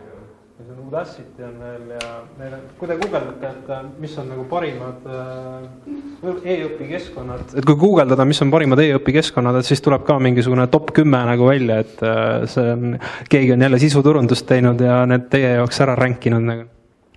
No sama see näiteks, seal Udacity tuleb proovida, Udemis näiteks mingi koolitused on mingi, ma ei tea, 10 eurot või $10 on koolituse hind, et noh, suht nagu mitte midagi ja sul on jälle mingi siuke, viimane oligi vist äkki mingi 3-4 tundi vist oli materjali niimoodi erinevates moodulites oma tempoga lähed. Coursera on ka üks, mida ma ise olen kasutanud. Nii, väga hea.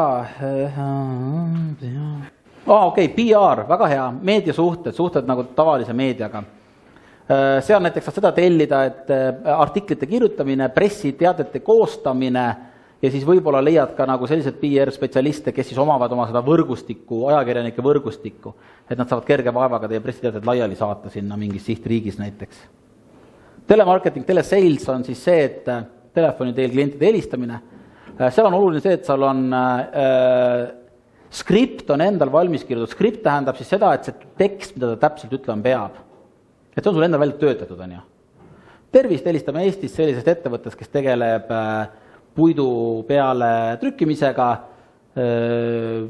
Teie, ma ei tea, ettevõte on üks, kes vastab meie kriteeriumitel, on ju, me teeme selliseid tooted-teenused, on ju, kellega rääkida sel teemal, on ju. Pühendatakse ära, räägid, et me oleme selline ettevõte, tegeleme blablabla, tutvustus ära, on ju. Mis saadaks teile nagu materjalid, midagi säärast, on ju. Noh, näiteks siis saadab materjalid ära, on ju, helistab natuke sabast üle, sul on jälle talle skripti ette andumist, ta peab ütlema, on ju, kas saite kätte, on ju, kuidas tundus, on ju, meil on praegu eripakkumine või mis iganes, et me oleme varsti sinna kanti tulemas, me tooks teile näidised ära või mis iganes. Paneb sulle näiteks marsruudi kokku, midagi sellist.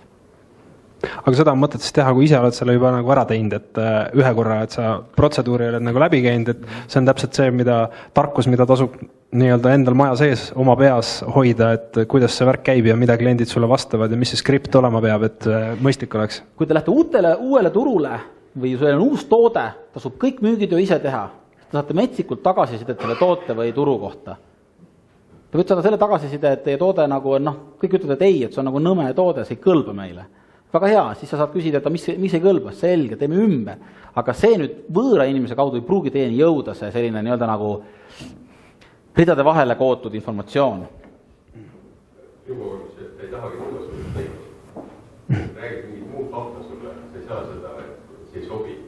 jah. mis iganes. jah. They are very excited, but they don't want. Turu-uuringust, sellest me oleme rääkinud päris palju, seda nagu massiliselt tellinud sealt. Nüüd on niimoodi, kui te näiteks tahate mingisuguseid andmebaase või mingit, ütleme, firmade liste tellida, siis loomulikult tahaks ju ka seda, mis on juhi nimi, mis on tema isiklik mobiiltelefon, mis on tema laste nimed ja mis on tema koera nimi. On ju. Mida rohkem te andmeid panete, seda kallimaks uuring läheb. Sest seni, kuni saab kõik lihtsatest telefonikataloogidest kätte, seni on ainult tuim copy-paste töö. On ju. Kui on juba selline infot, mida näiteks telefonikataloogis ei ole, siis tuleb hakkama seda kuskilt uuest kohast otsima, näiteks kes on juht. Järjest tuleb hakkama seda mingit andmebaasidest otsima, mingitest muudest krediidi info sarnastest. On ju. Palju raskem, palju rohkem võtab aega. Hüppeliselt võib iga sellise ühe andmetulba nõudmisega tõusta teil kulu. On ju. Ta võib, ma ei tea, 10 korristuda. Ütled, et tahate juhi telefoni või juhi e-maili, üliraske. On ju.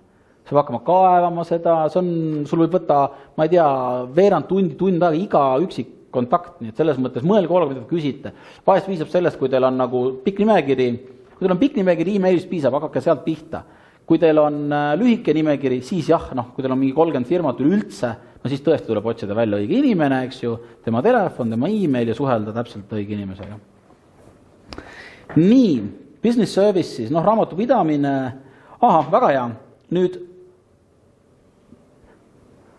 freelancerite juhtimine on samamoodi nagu oma kontorimeeskonna juhtimine. Neid tuleb ikka juhtida samamoodi, et juhtimisest ei pääse.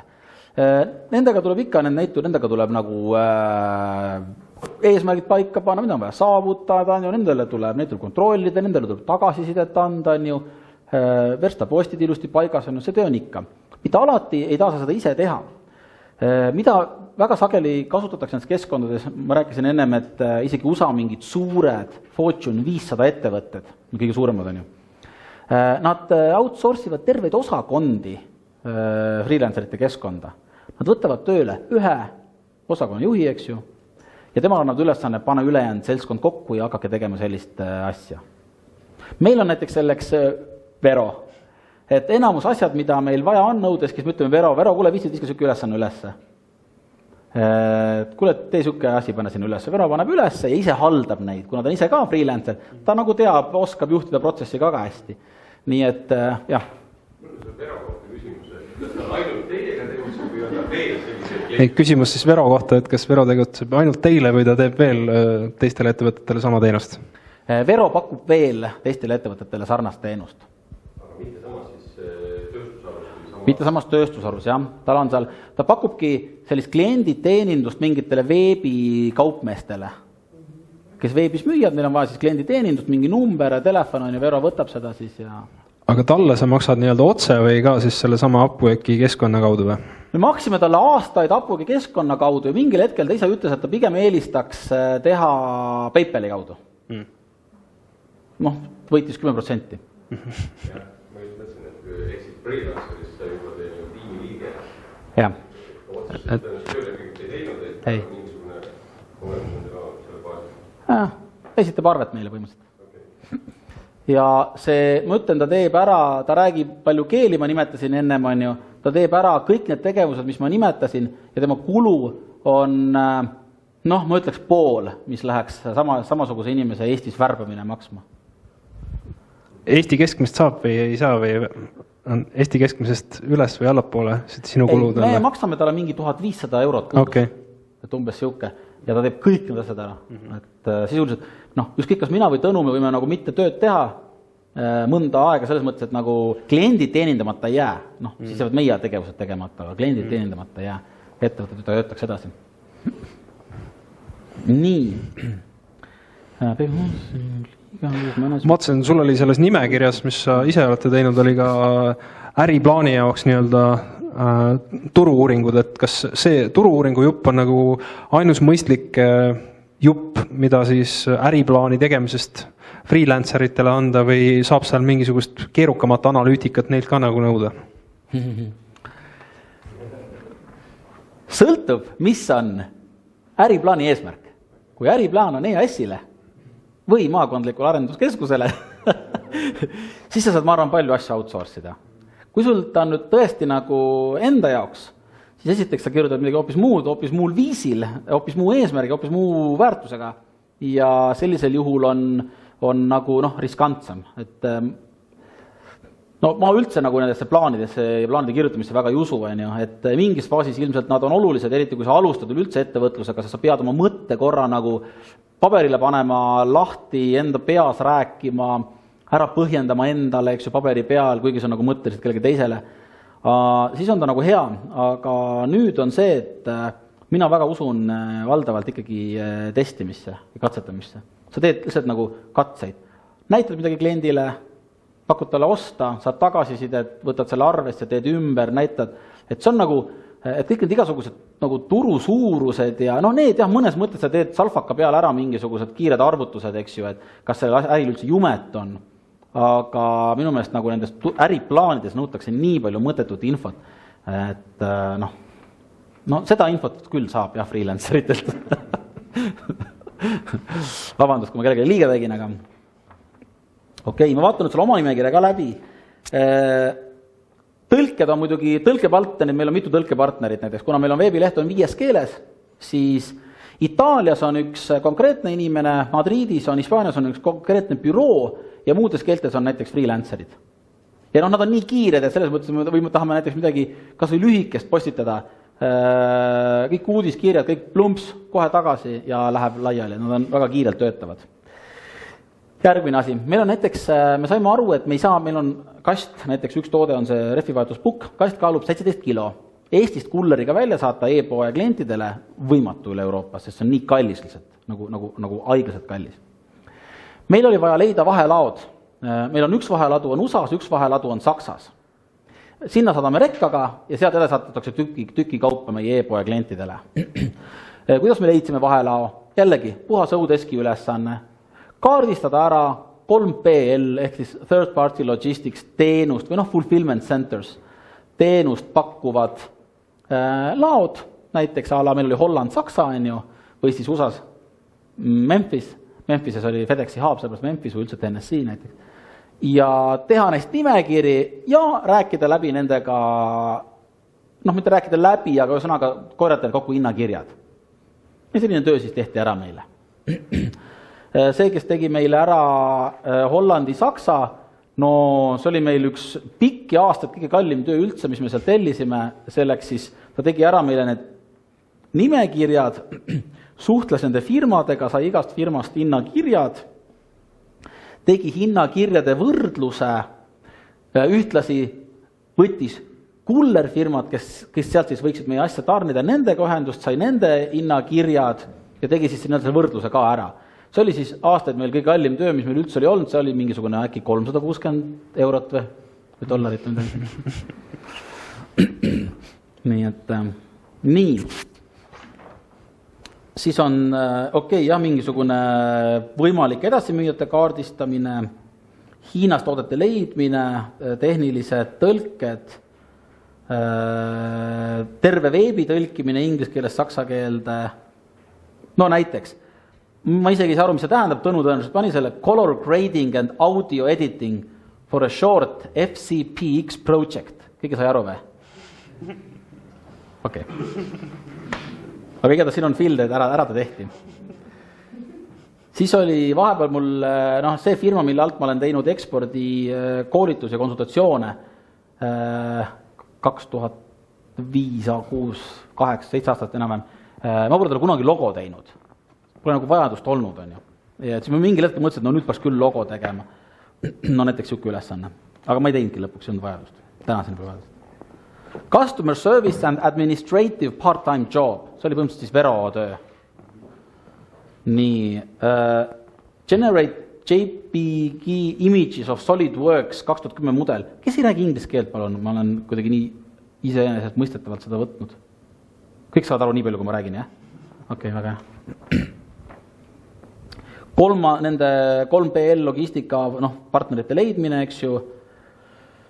Näiteks oli see, et aadresside kopeerimine, just selline dealer locator funktsioon on, et kui näiteks teil on mingisugune konkurent või mingi suur maailma tootja, kellel on see nii-öelda jaekaupluse leidmise funktsioon, jumala eest, kaardistage kõik tema jaekauplused ära, kes tal on maailmas.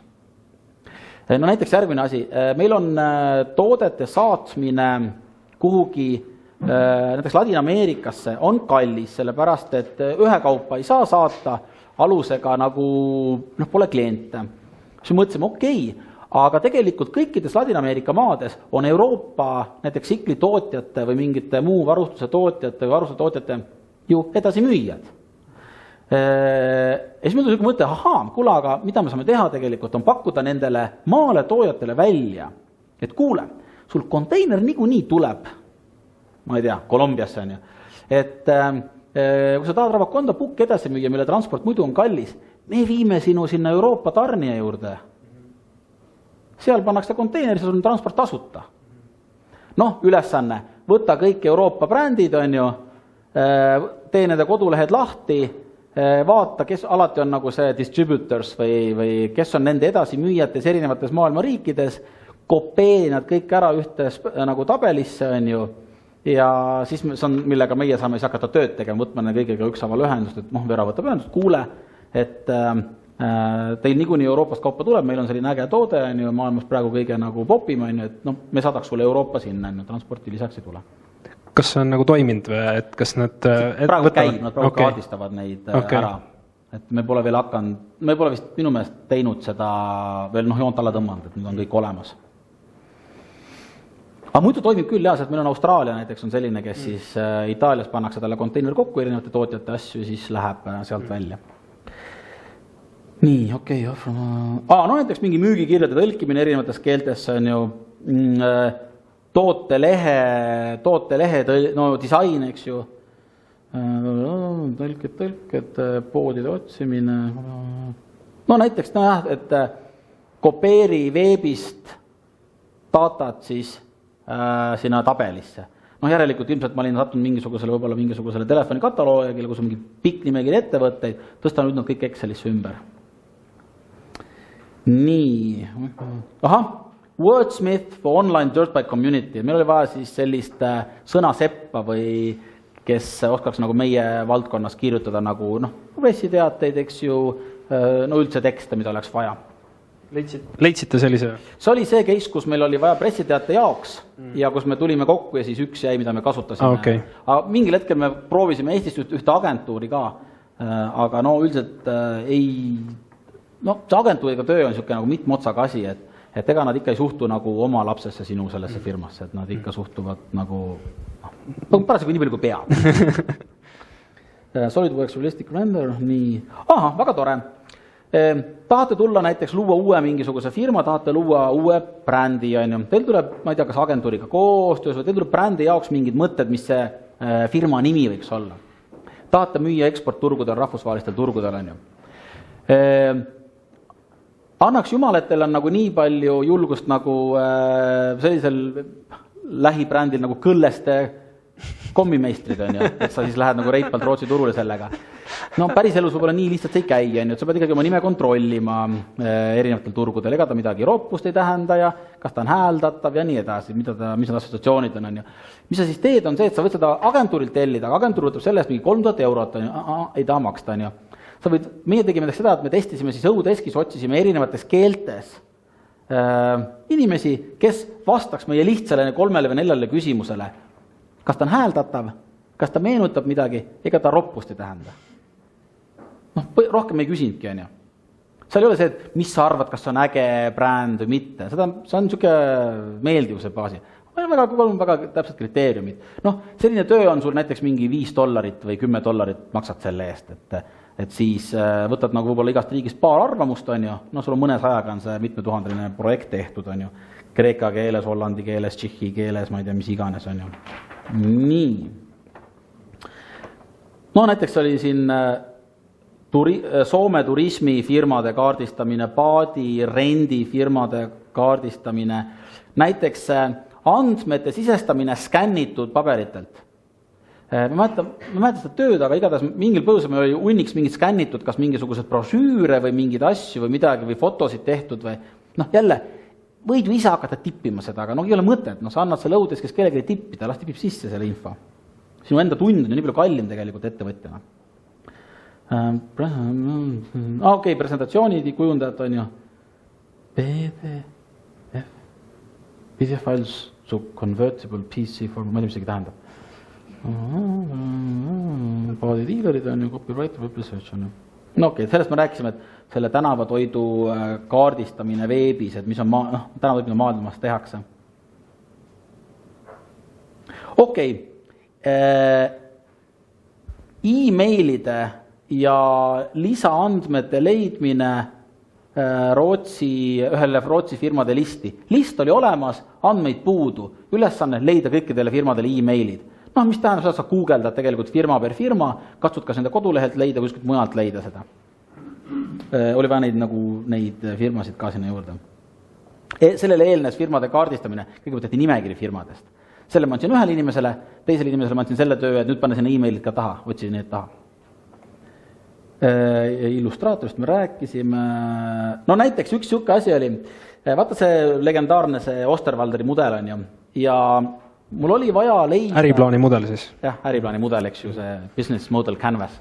Ja oli vaja mul leida nagu uuendusi sellele, mis on nagu mingid sellised nagu ägedamaid näiteid selle uuendusest, eks ju.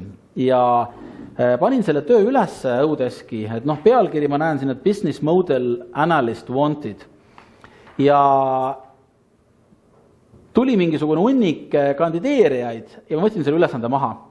Sest ma sain aru, ma ei suuda neile selgeks teha, mida ma tegelikult vajan.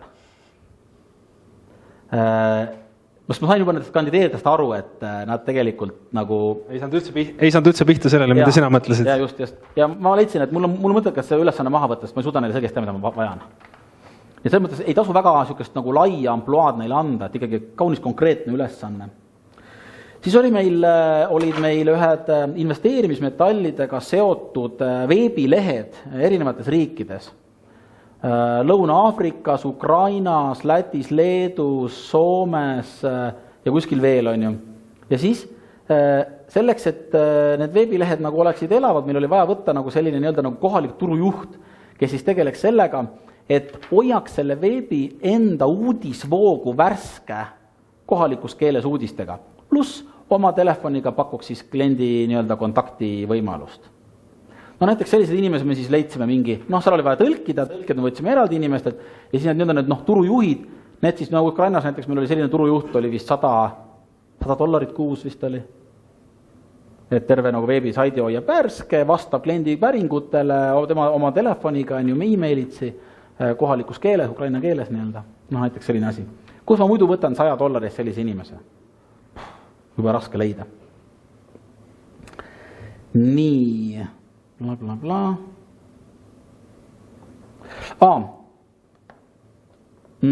Tõlkefailid, transcription file näiteks.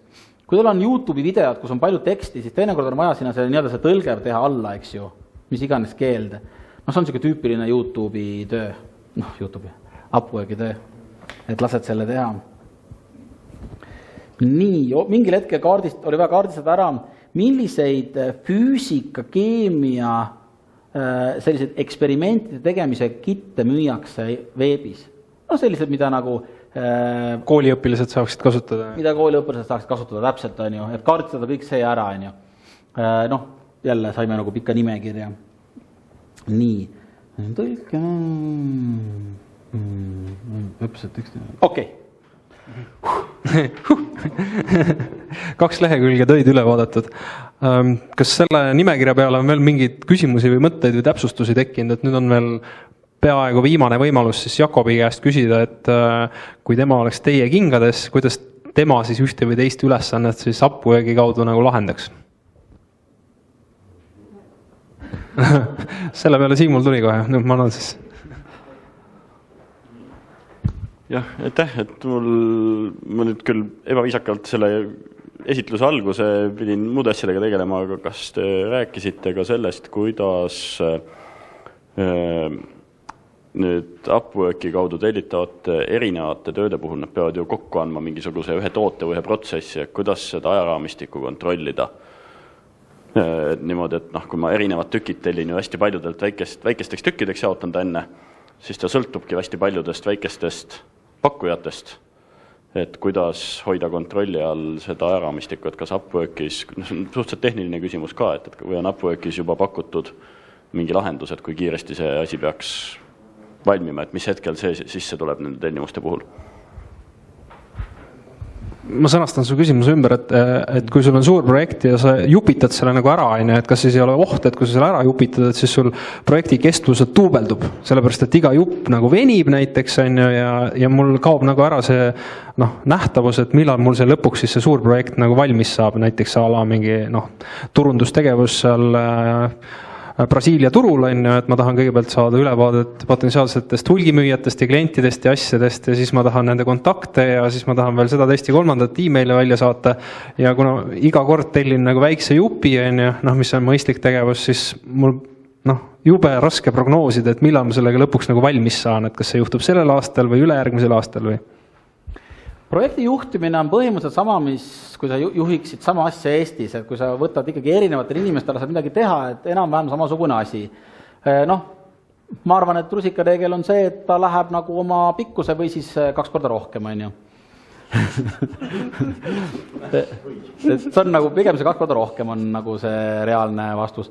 Ma ei tea, et neil mingi töö, selline projekti juhtimise programm oleks. Ma arvan, et nüüd on see, et kui sina avastasid, et on mingisugune veebi blogi, kellel on aja juhtimine või mingi tööriist, et võib-olla, ma arvan, et seal äkki pigem on sellised projekti juhtimise tööriistad võib-olla on head, nagu ma ei tea, Trello näiteks või et kus sa siis saad jälgida erinevate tükkide arengut ja mis faasis nad on. Kõik, kas ta kukkus ära või te alustada mõelda, okei, ma ei tea, kui pikalt tagasi ma lähen, põhimõtteliselt see hakkab niimoodi, kes on teie lõpptarbija? Kui teil lõpptarbija on teada, mis tüüpi inimene see on, siis te mõtlete, kus see inimene harjunud ostma, kus ta osta tahab. Ahah, et võib-olla mingitest teatud tüüpi kauplustest. Kas ta on nüüd nagu suurtest kauplustest, kettidest, eks ju, või ta on spetsialiseeritud mööblikauplustest, või ta on üldse DIY kauplustest või kuskilt, väga hea. Järelikult nüüd on küsimus, kus need kauplused selle kauba kätte saaksid. Järelikult on olemas mingid tüüpi distribuutorid, kes just teenindavad selliseid kauplusi. Ja nüüd on teie ülesanne kaardistada need distribuutorid ära, teha nimekiri nendest sellistest edasi müüjatest. Mitte alati ei saa neid kätte. Ükskord meil oli Hispaania turul oli see, et oli vaja leida sandtehnika maale toojaid ja ei leia internetist, võimatu.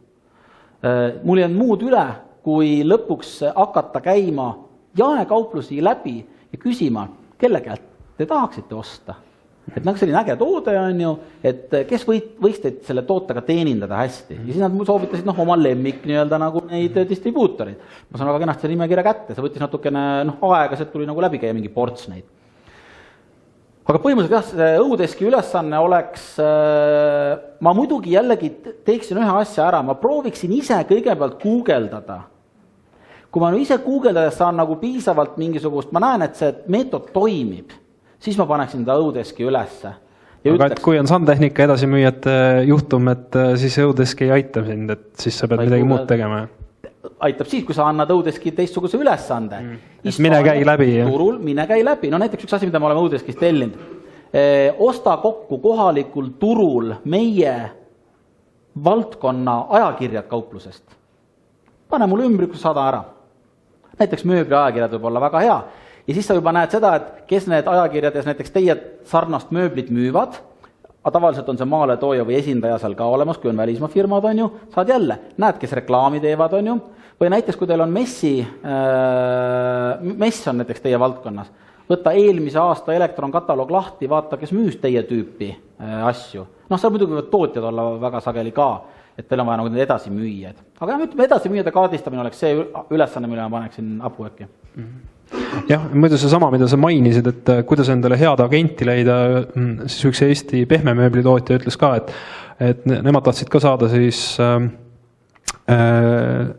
Rootsi turule, Rootsi-Soome turule ja siis üritasid otse müüa nendele väiksematele üksikutele kauplustele, mitte ketikauplustele. Ja need ütlesid, et ei, et me otse tootjatelt ei taha nagu võtta, et seal on meie jaoks liiga palju jama, et leia endale agent. Ja siis nad küsisid ka, et meil siin üks agent on, kes on käinud ennast pakkumas, et kas te selle käest ostaksite. Ja nad ütlesid, ei, me selle käest ei taha osta, et meil ei meeldi see tüüp. Aga rääkige see vend ära, et see on jumala äge vend, on ju, et meile meeldib temaga suhelda ja tema müüb praegu üldse kõva mööblit ka, et tema üldse teie konkurente ei vahenda, on ju, et noh, et oleksitegi nagu unikaalne nagu, et tema portfellis. Siis nad võtsidki selle kõva mööbli agendiga ühendust, see oli nõus neid siis sinna oma portfelli võtma ja Rootsi müüb nagu soe sai, on ju. Et küsige kaupluste käest, kes on nagu meeldivad agendid, et ärge usaldage siis mingisuguseid veebis üles pandud eneseupitusi. Ja agente on veel eriti raske leida, sest neil reeglina pole isegi veebisaiti mitte. Neil on Diplomaat ja Volvo ja kogu lugu on ju. Need on raske leida. Palun veel küsimusi. Oli siit ka. Küsiks sellist asja, et siin on palju inimesi, et äkki on pealtkuulajate hulgas kogemusi ja mida tellitud on? Väga hea küsimus. Kes on kasutanud? Siin mõned käed olid vist või? Sul oli see kogemus selle veebisaidiga. Oled sa veel sealt midagi tellinud? Ei ole. Plaanis on, aga ei ole jõudnud. Mis plaanid sul on võib-olla, et mis valdkonna asju sa näed, et sealt nagu võiks saada? Veel veebi. Mul on veebisait on OpenSart baasil ja ma lõpuks jõudsingi sinnamaani, et kuna see OpenSart ei tundu olevat väga populaarne keskkond, mida nagu hallatakse, et siis ma leidsin ise need konkreetsed inimesed, kellele ma ise pakkusin selle töökuulutuse nagu, et see poiss, kes mulle nagu selle esimese variandi tegi, tema jäi mingite keerulisemate asjadega lihtsalt hätta, sest et ta oleks pidanud sinna midagi juurde kirjutama, aga ma leidsin lõpuks nagu, kui ma ise selle otsingu tegin, siis ma leidsin sealt selliseid tegijad, kellel oli tagasiside umbes selline, et ta teeb mida iganes, küsi ainult. et ma arvan, et see on nagu järgmine, mida ma võiks sealt nagu kasutada. Nii et see sinu kogemus on ka, et ilma isegi tööd üles panemata sa saad nagu vaadata ja otsida neid freelancereid sealt teatud profiili järgi ja siis juba nii-öelda teha otsepakkumisi, et kuule, sinu profiil nagu näeb äge välja, et ma tahaks, et sa teeksid mulle siukse asja ära. On kellelgi veel kogemusi või? Ma usun, et paljuski tulevik on virtuaalsed meeskonnad. Et peale selle, et on tekkinud hulk niinimetatud diginomaade, see on selline, nimetatakse selline inimene, kes teeb mingit digiäri ja on nomaad selles mõttes, et ta elab, kus iganes ta parasjagu elab, on ju. No see sinu ameeriklane, kes seal Tais elas ja tünga tegi sulle. Ma arvan, et see kusjuures ei olnudki üldse ameeriklane, aga ta ei pruuginud isegi mitte Tais olla, et see oligi mingi vuiar. Aga jaa, need sama nagu see vietnamlanna, kes elas Tšiilis on ja nii edasi. Et on tekkinud väga palju inimesi, kes tahavad elada parasjagu seal, kus nad tahavad elada ja tegeleda digiteenuste pakkumisega, mingite asjadega. Et selles mõttes need virtuaalsed meeskonnad, ma usun, et on paljuski tulevik. Ma ei arva, et ainult digimeeskond. Kindlasti jäävad ka kontorid ja nõupidamiste ruumid ja kõik need, aga lihtsalt nii palju asju on lihtsam teha sellega, et kui, näiteks nagu praegu meil Rabakonda, me oleme 5 aastat teinud, on ju, ja meil sisuliselt on ainult 3 inimest. Üks on Pärnus, üks on Tallinnas ja üks on Londonis. Ja kogu lugu meil rohkem polegi. Meil on püsikulud on olematud praktiliselt, sest meil pole isegi mitte kontorit, küttearvest rääkimata, on ju. Ja nagu niimoodi me toimetame, väga edukalt toimetame ja erinevatel hetkedel jällegi on erinevad inimesi üle maailma, keda me kasutame mingite lõikude tegemiseks ja põhimõtteliselt ka mina näiteks täna ei pea olema Eestis, et ma võin olla ükskõik kus kohas, et seda oma tööd teha, et mul tegelikult miski, mul ei ole nagu kohtumisi kellegagi siin, et kõik mu töö on nagu põhimõtteliselt nagu müük ja turunduseks ju maailma tasemel. Nii, väga äge. Meie aeg on seekord otsas. Viimase küsimuse siis võtan.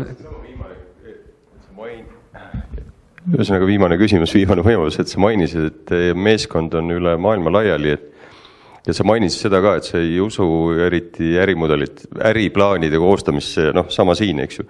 Aga ometi on vaja kuidagi visioonid ja visiooni roadmapid tiimiga kokku leppida, et kuidas te nagu strateegilisi otsuseid teete remotely? Jaa, väga hea küsimus. Loomulikult on meil olemas oma nagu strateegia. Meil ei ole ainult vormistatud mingisse dokumenti, sellisesse paksu nagu sellisesse nii-öelda bakalaureuse töösse. Et ta on lihtsalt selline meie enda jaoks sisemine. Ta on ka ikka, üks jagu on seal, et aga nagu, kes meie visioon, kus me ennast 5 aasta pärast näeme maailmas, kellena, millisena me oma organisatsiooni näeme, millisena me oma võimekusi näeme, kus me oma tugevusi näeme.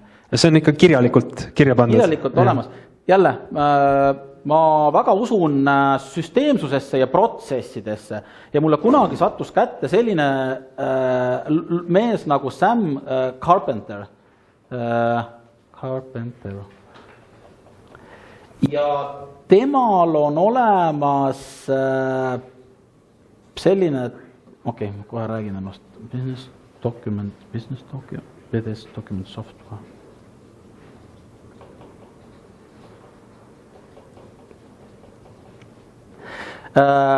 Sam Carpenter on kirjutanud raamatu, ma arvan, Google'ist kohe leiatada üles, põhimõtteliselt nagu, ma ei mäleta, mis raamatu System Mindset või midagi sellist oli see raamatu pealkiri. Ja tema nagu sõnum on see, maailm on protsesside kogum, universum on protsesside kogum, loodus on protsesside kogum, iga organism on protsesside kogum. Rakk on samamoodi protsesside kogum, on ju. Nii on ka ettevõtted protsesside kogumid. Need protsessid on vaja ära kaardistada.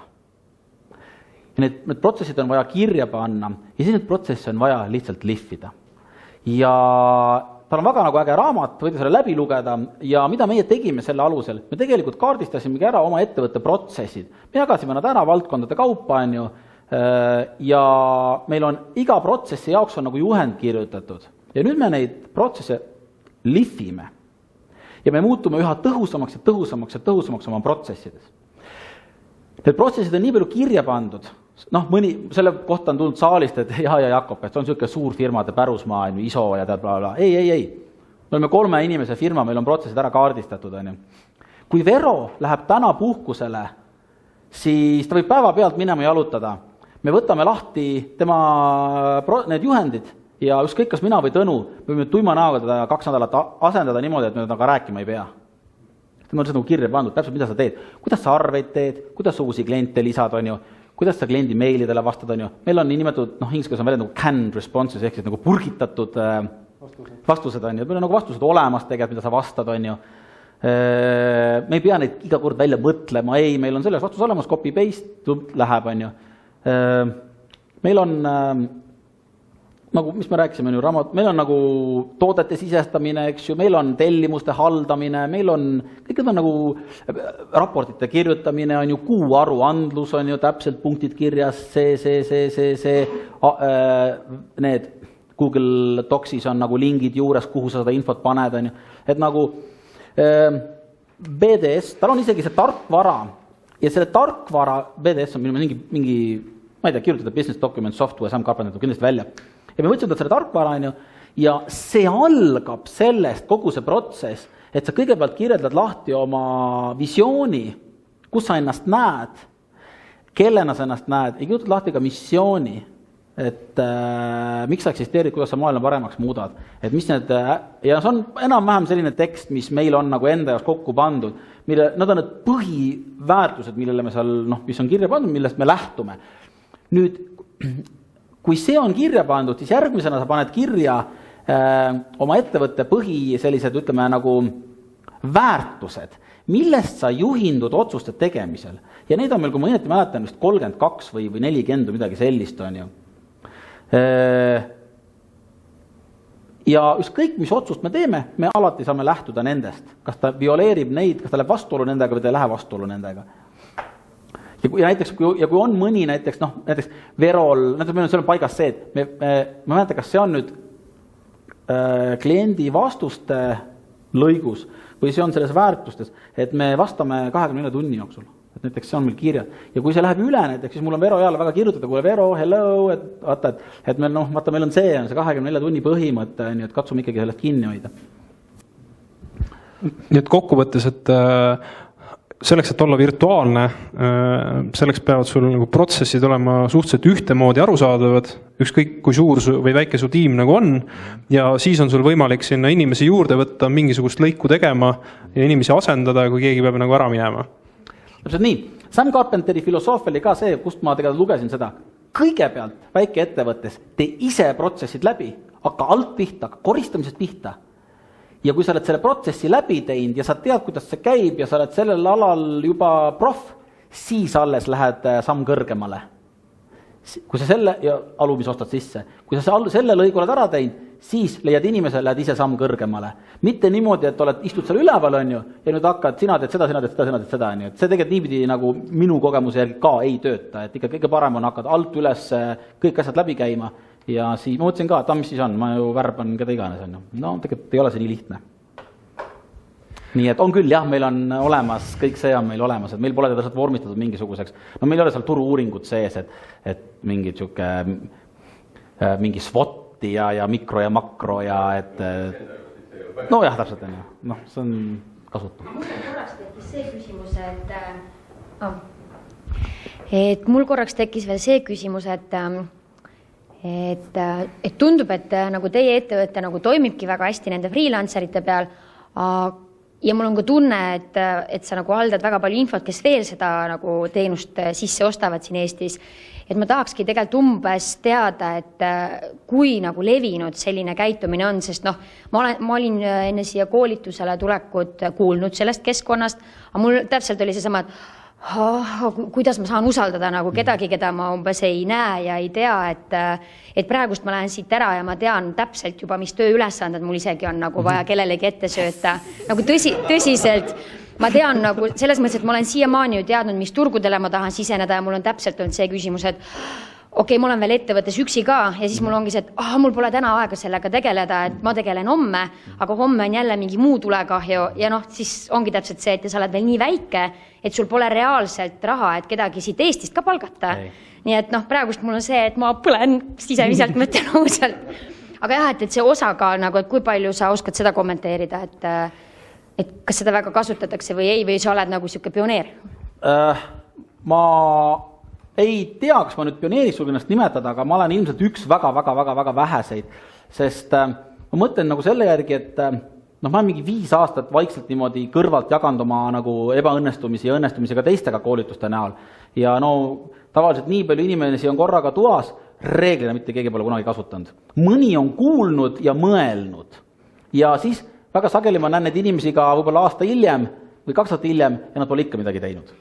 Nii et selles mõttes ju nad siis saavad ilma hakkama, aga üldiselt on neid hästi, Eestis on neid vähe. 12,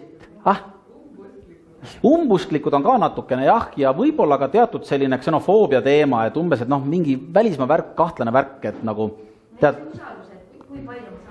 Ja mentaliteedi asi ka, et iseenesest väikse riigina me võiks olla märksa rohkem avatud, kui on näiteks suure riigi inimesed, kes on reeglina oma maa sees autosufficient, kuidas öeldakse. Me ju võiksime olla rohkem avatud. Väike riik järelikult me oleme maru avatud, aga miskipärast me ei ole väga avatud. On ju. Et selles mõttes ma nagu näen rohkem kõikvõimalikke muid riike, nagu ka näiteks töövõtjatena ja tööandjatena kui eestlasi. Aga see on väga oluline mõttemalli muutus, et üks minu filosoofia on see, et nagu ekspordi osakond kui selline tuleks minu meelest laiali saata ettevõtetes, kus see on, kinni panna. Sest eksport iseenesest tegelikult on suhteliselt nagu minu meelest tegelikult pseudoteadus. Ma olen vahest mõelnud, et noh, mind tituleeritakse eks ju ekspordi nagu spetsialistiks või guruks või. Ja siis mõtlen, mida ma nagu siis tegelikult oskan. No, ma ei tea, suurt mitte midagi. Või siis kõike natukene, eks ju.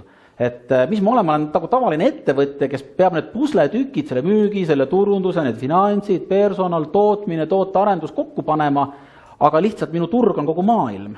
Ja selle tõttu nagu, noh, müük on müük, et miks me nagu ütleme, et müük ja eksport on, kõik on müük, on. Eesti turg on lihtsalt nagu üks turg. Ja noh, maailma mastaabis üks maailma mõttetumaid turgema suurusega, eks ju.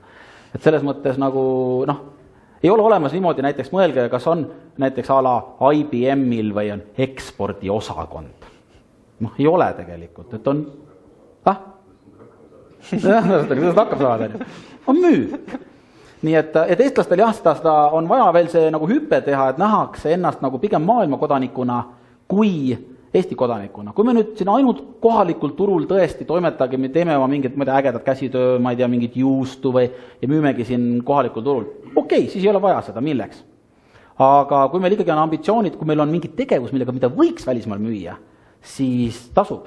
Ja seal on veel see oht ka, et koduturul konkureerime me väga sageli välisfirmadega, kes pakuvad samadele klientidele sarnaseid asju. Ja kui teie olete nüüd siin a la ainult siuke Maarjamaa mastaabis toimetaja, teie kogemus on ainult Maarjamaa mastaabis ja teil on vastas mingisugune, ma ei tea, välismaa firma, kellel on kogemus 50 turult, no andke andeks, nad on oluliselt targemad. Ja selle tõttu teinekord on ikkagi ainuüksi selle pärast, et tasub minna ise ka välisturgudele, et saada targemaks.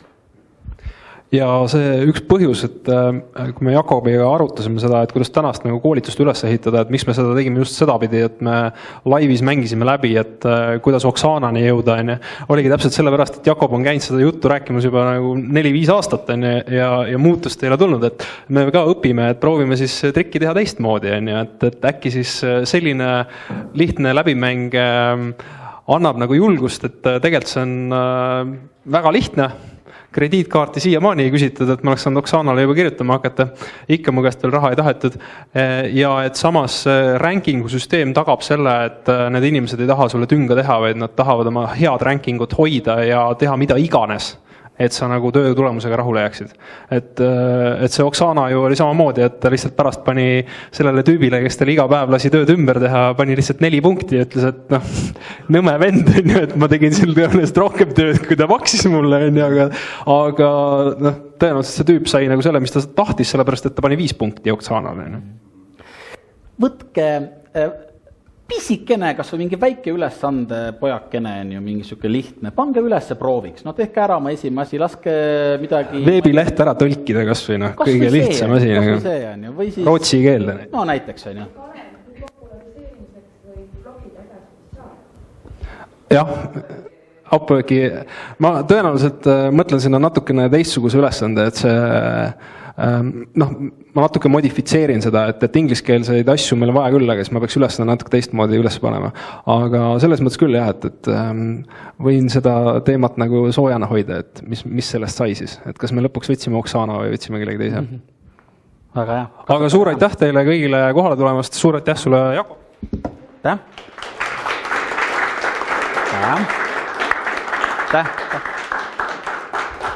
Ja kohtume siis järgmistel teemahommikutel või järgmistel üritustel.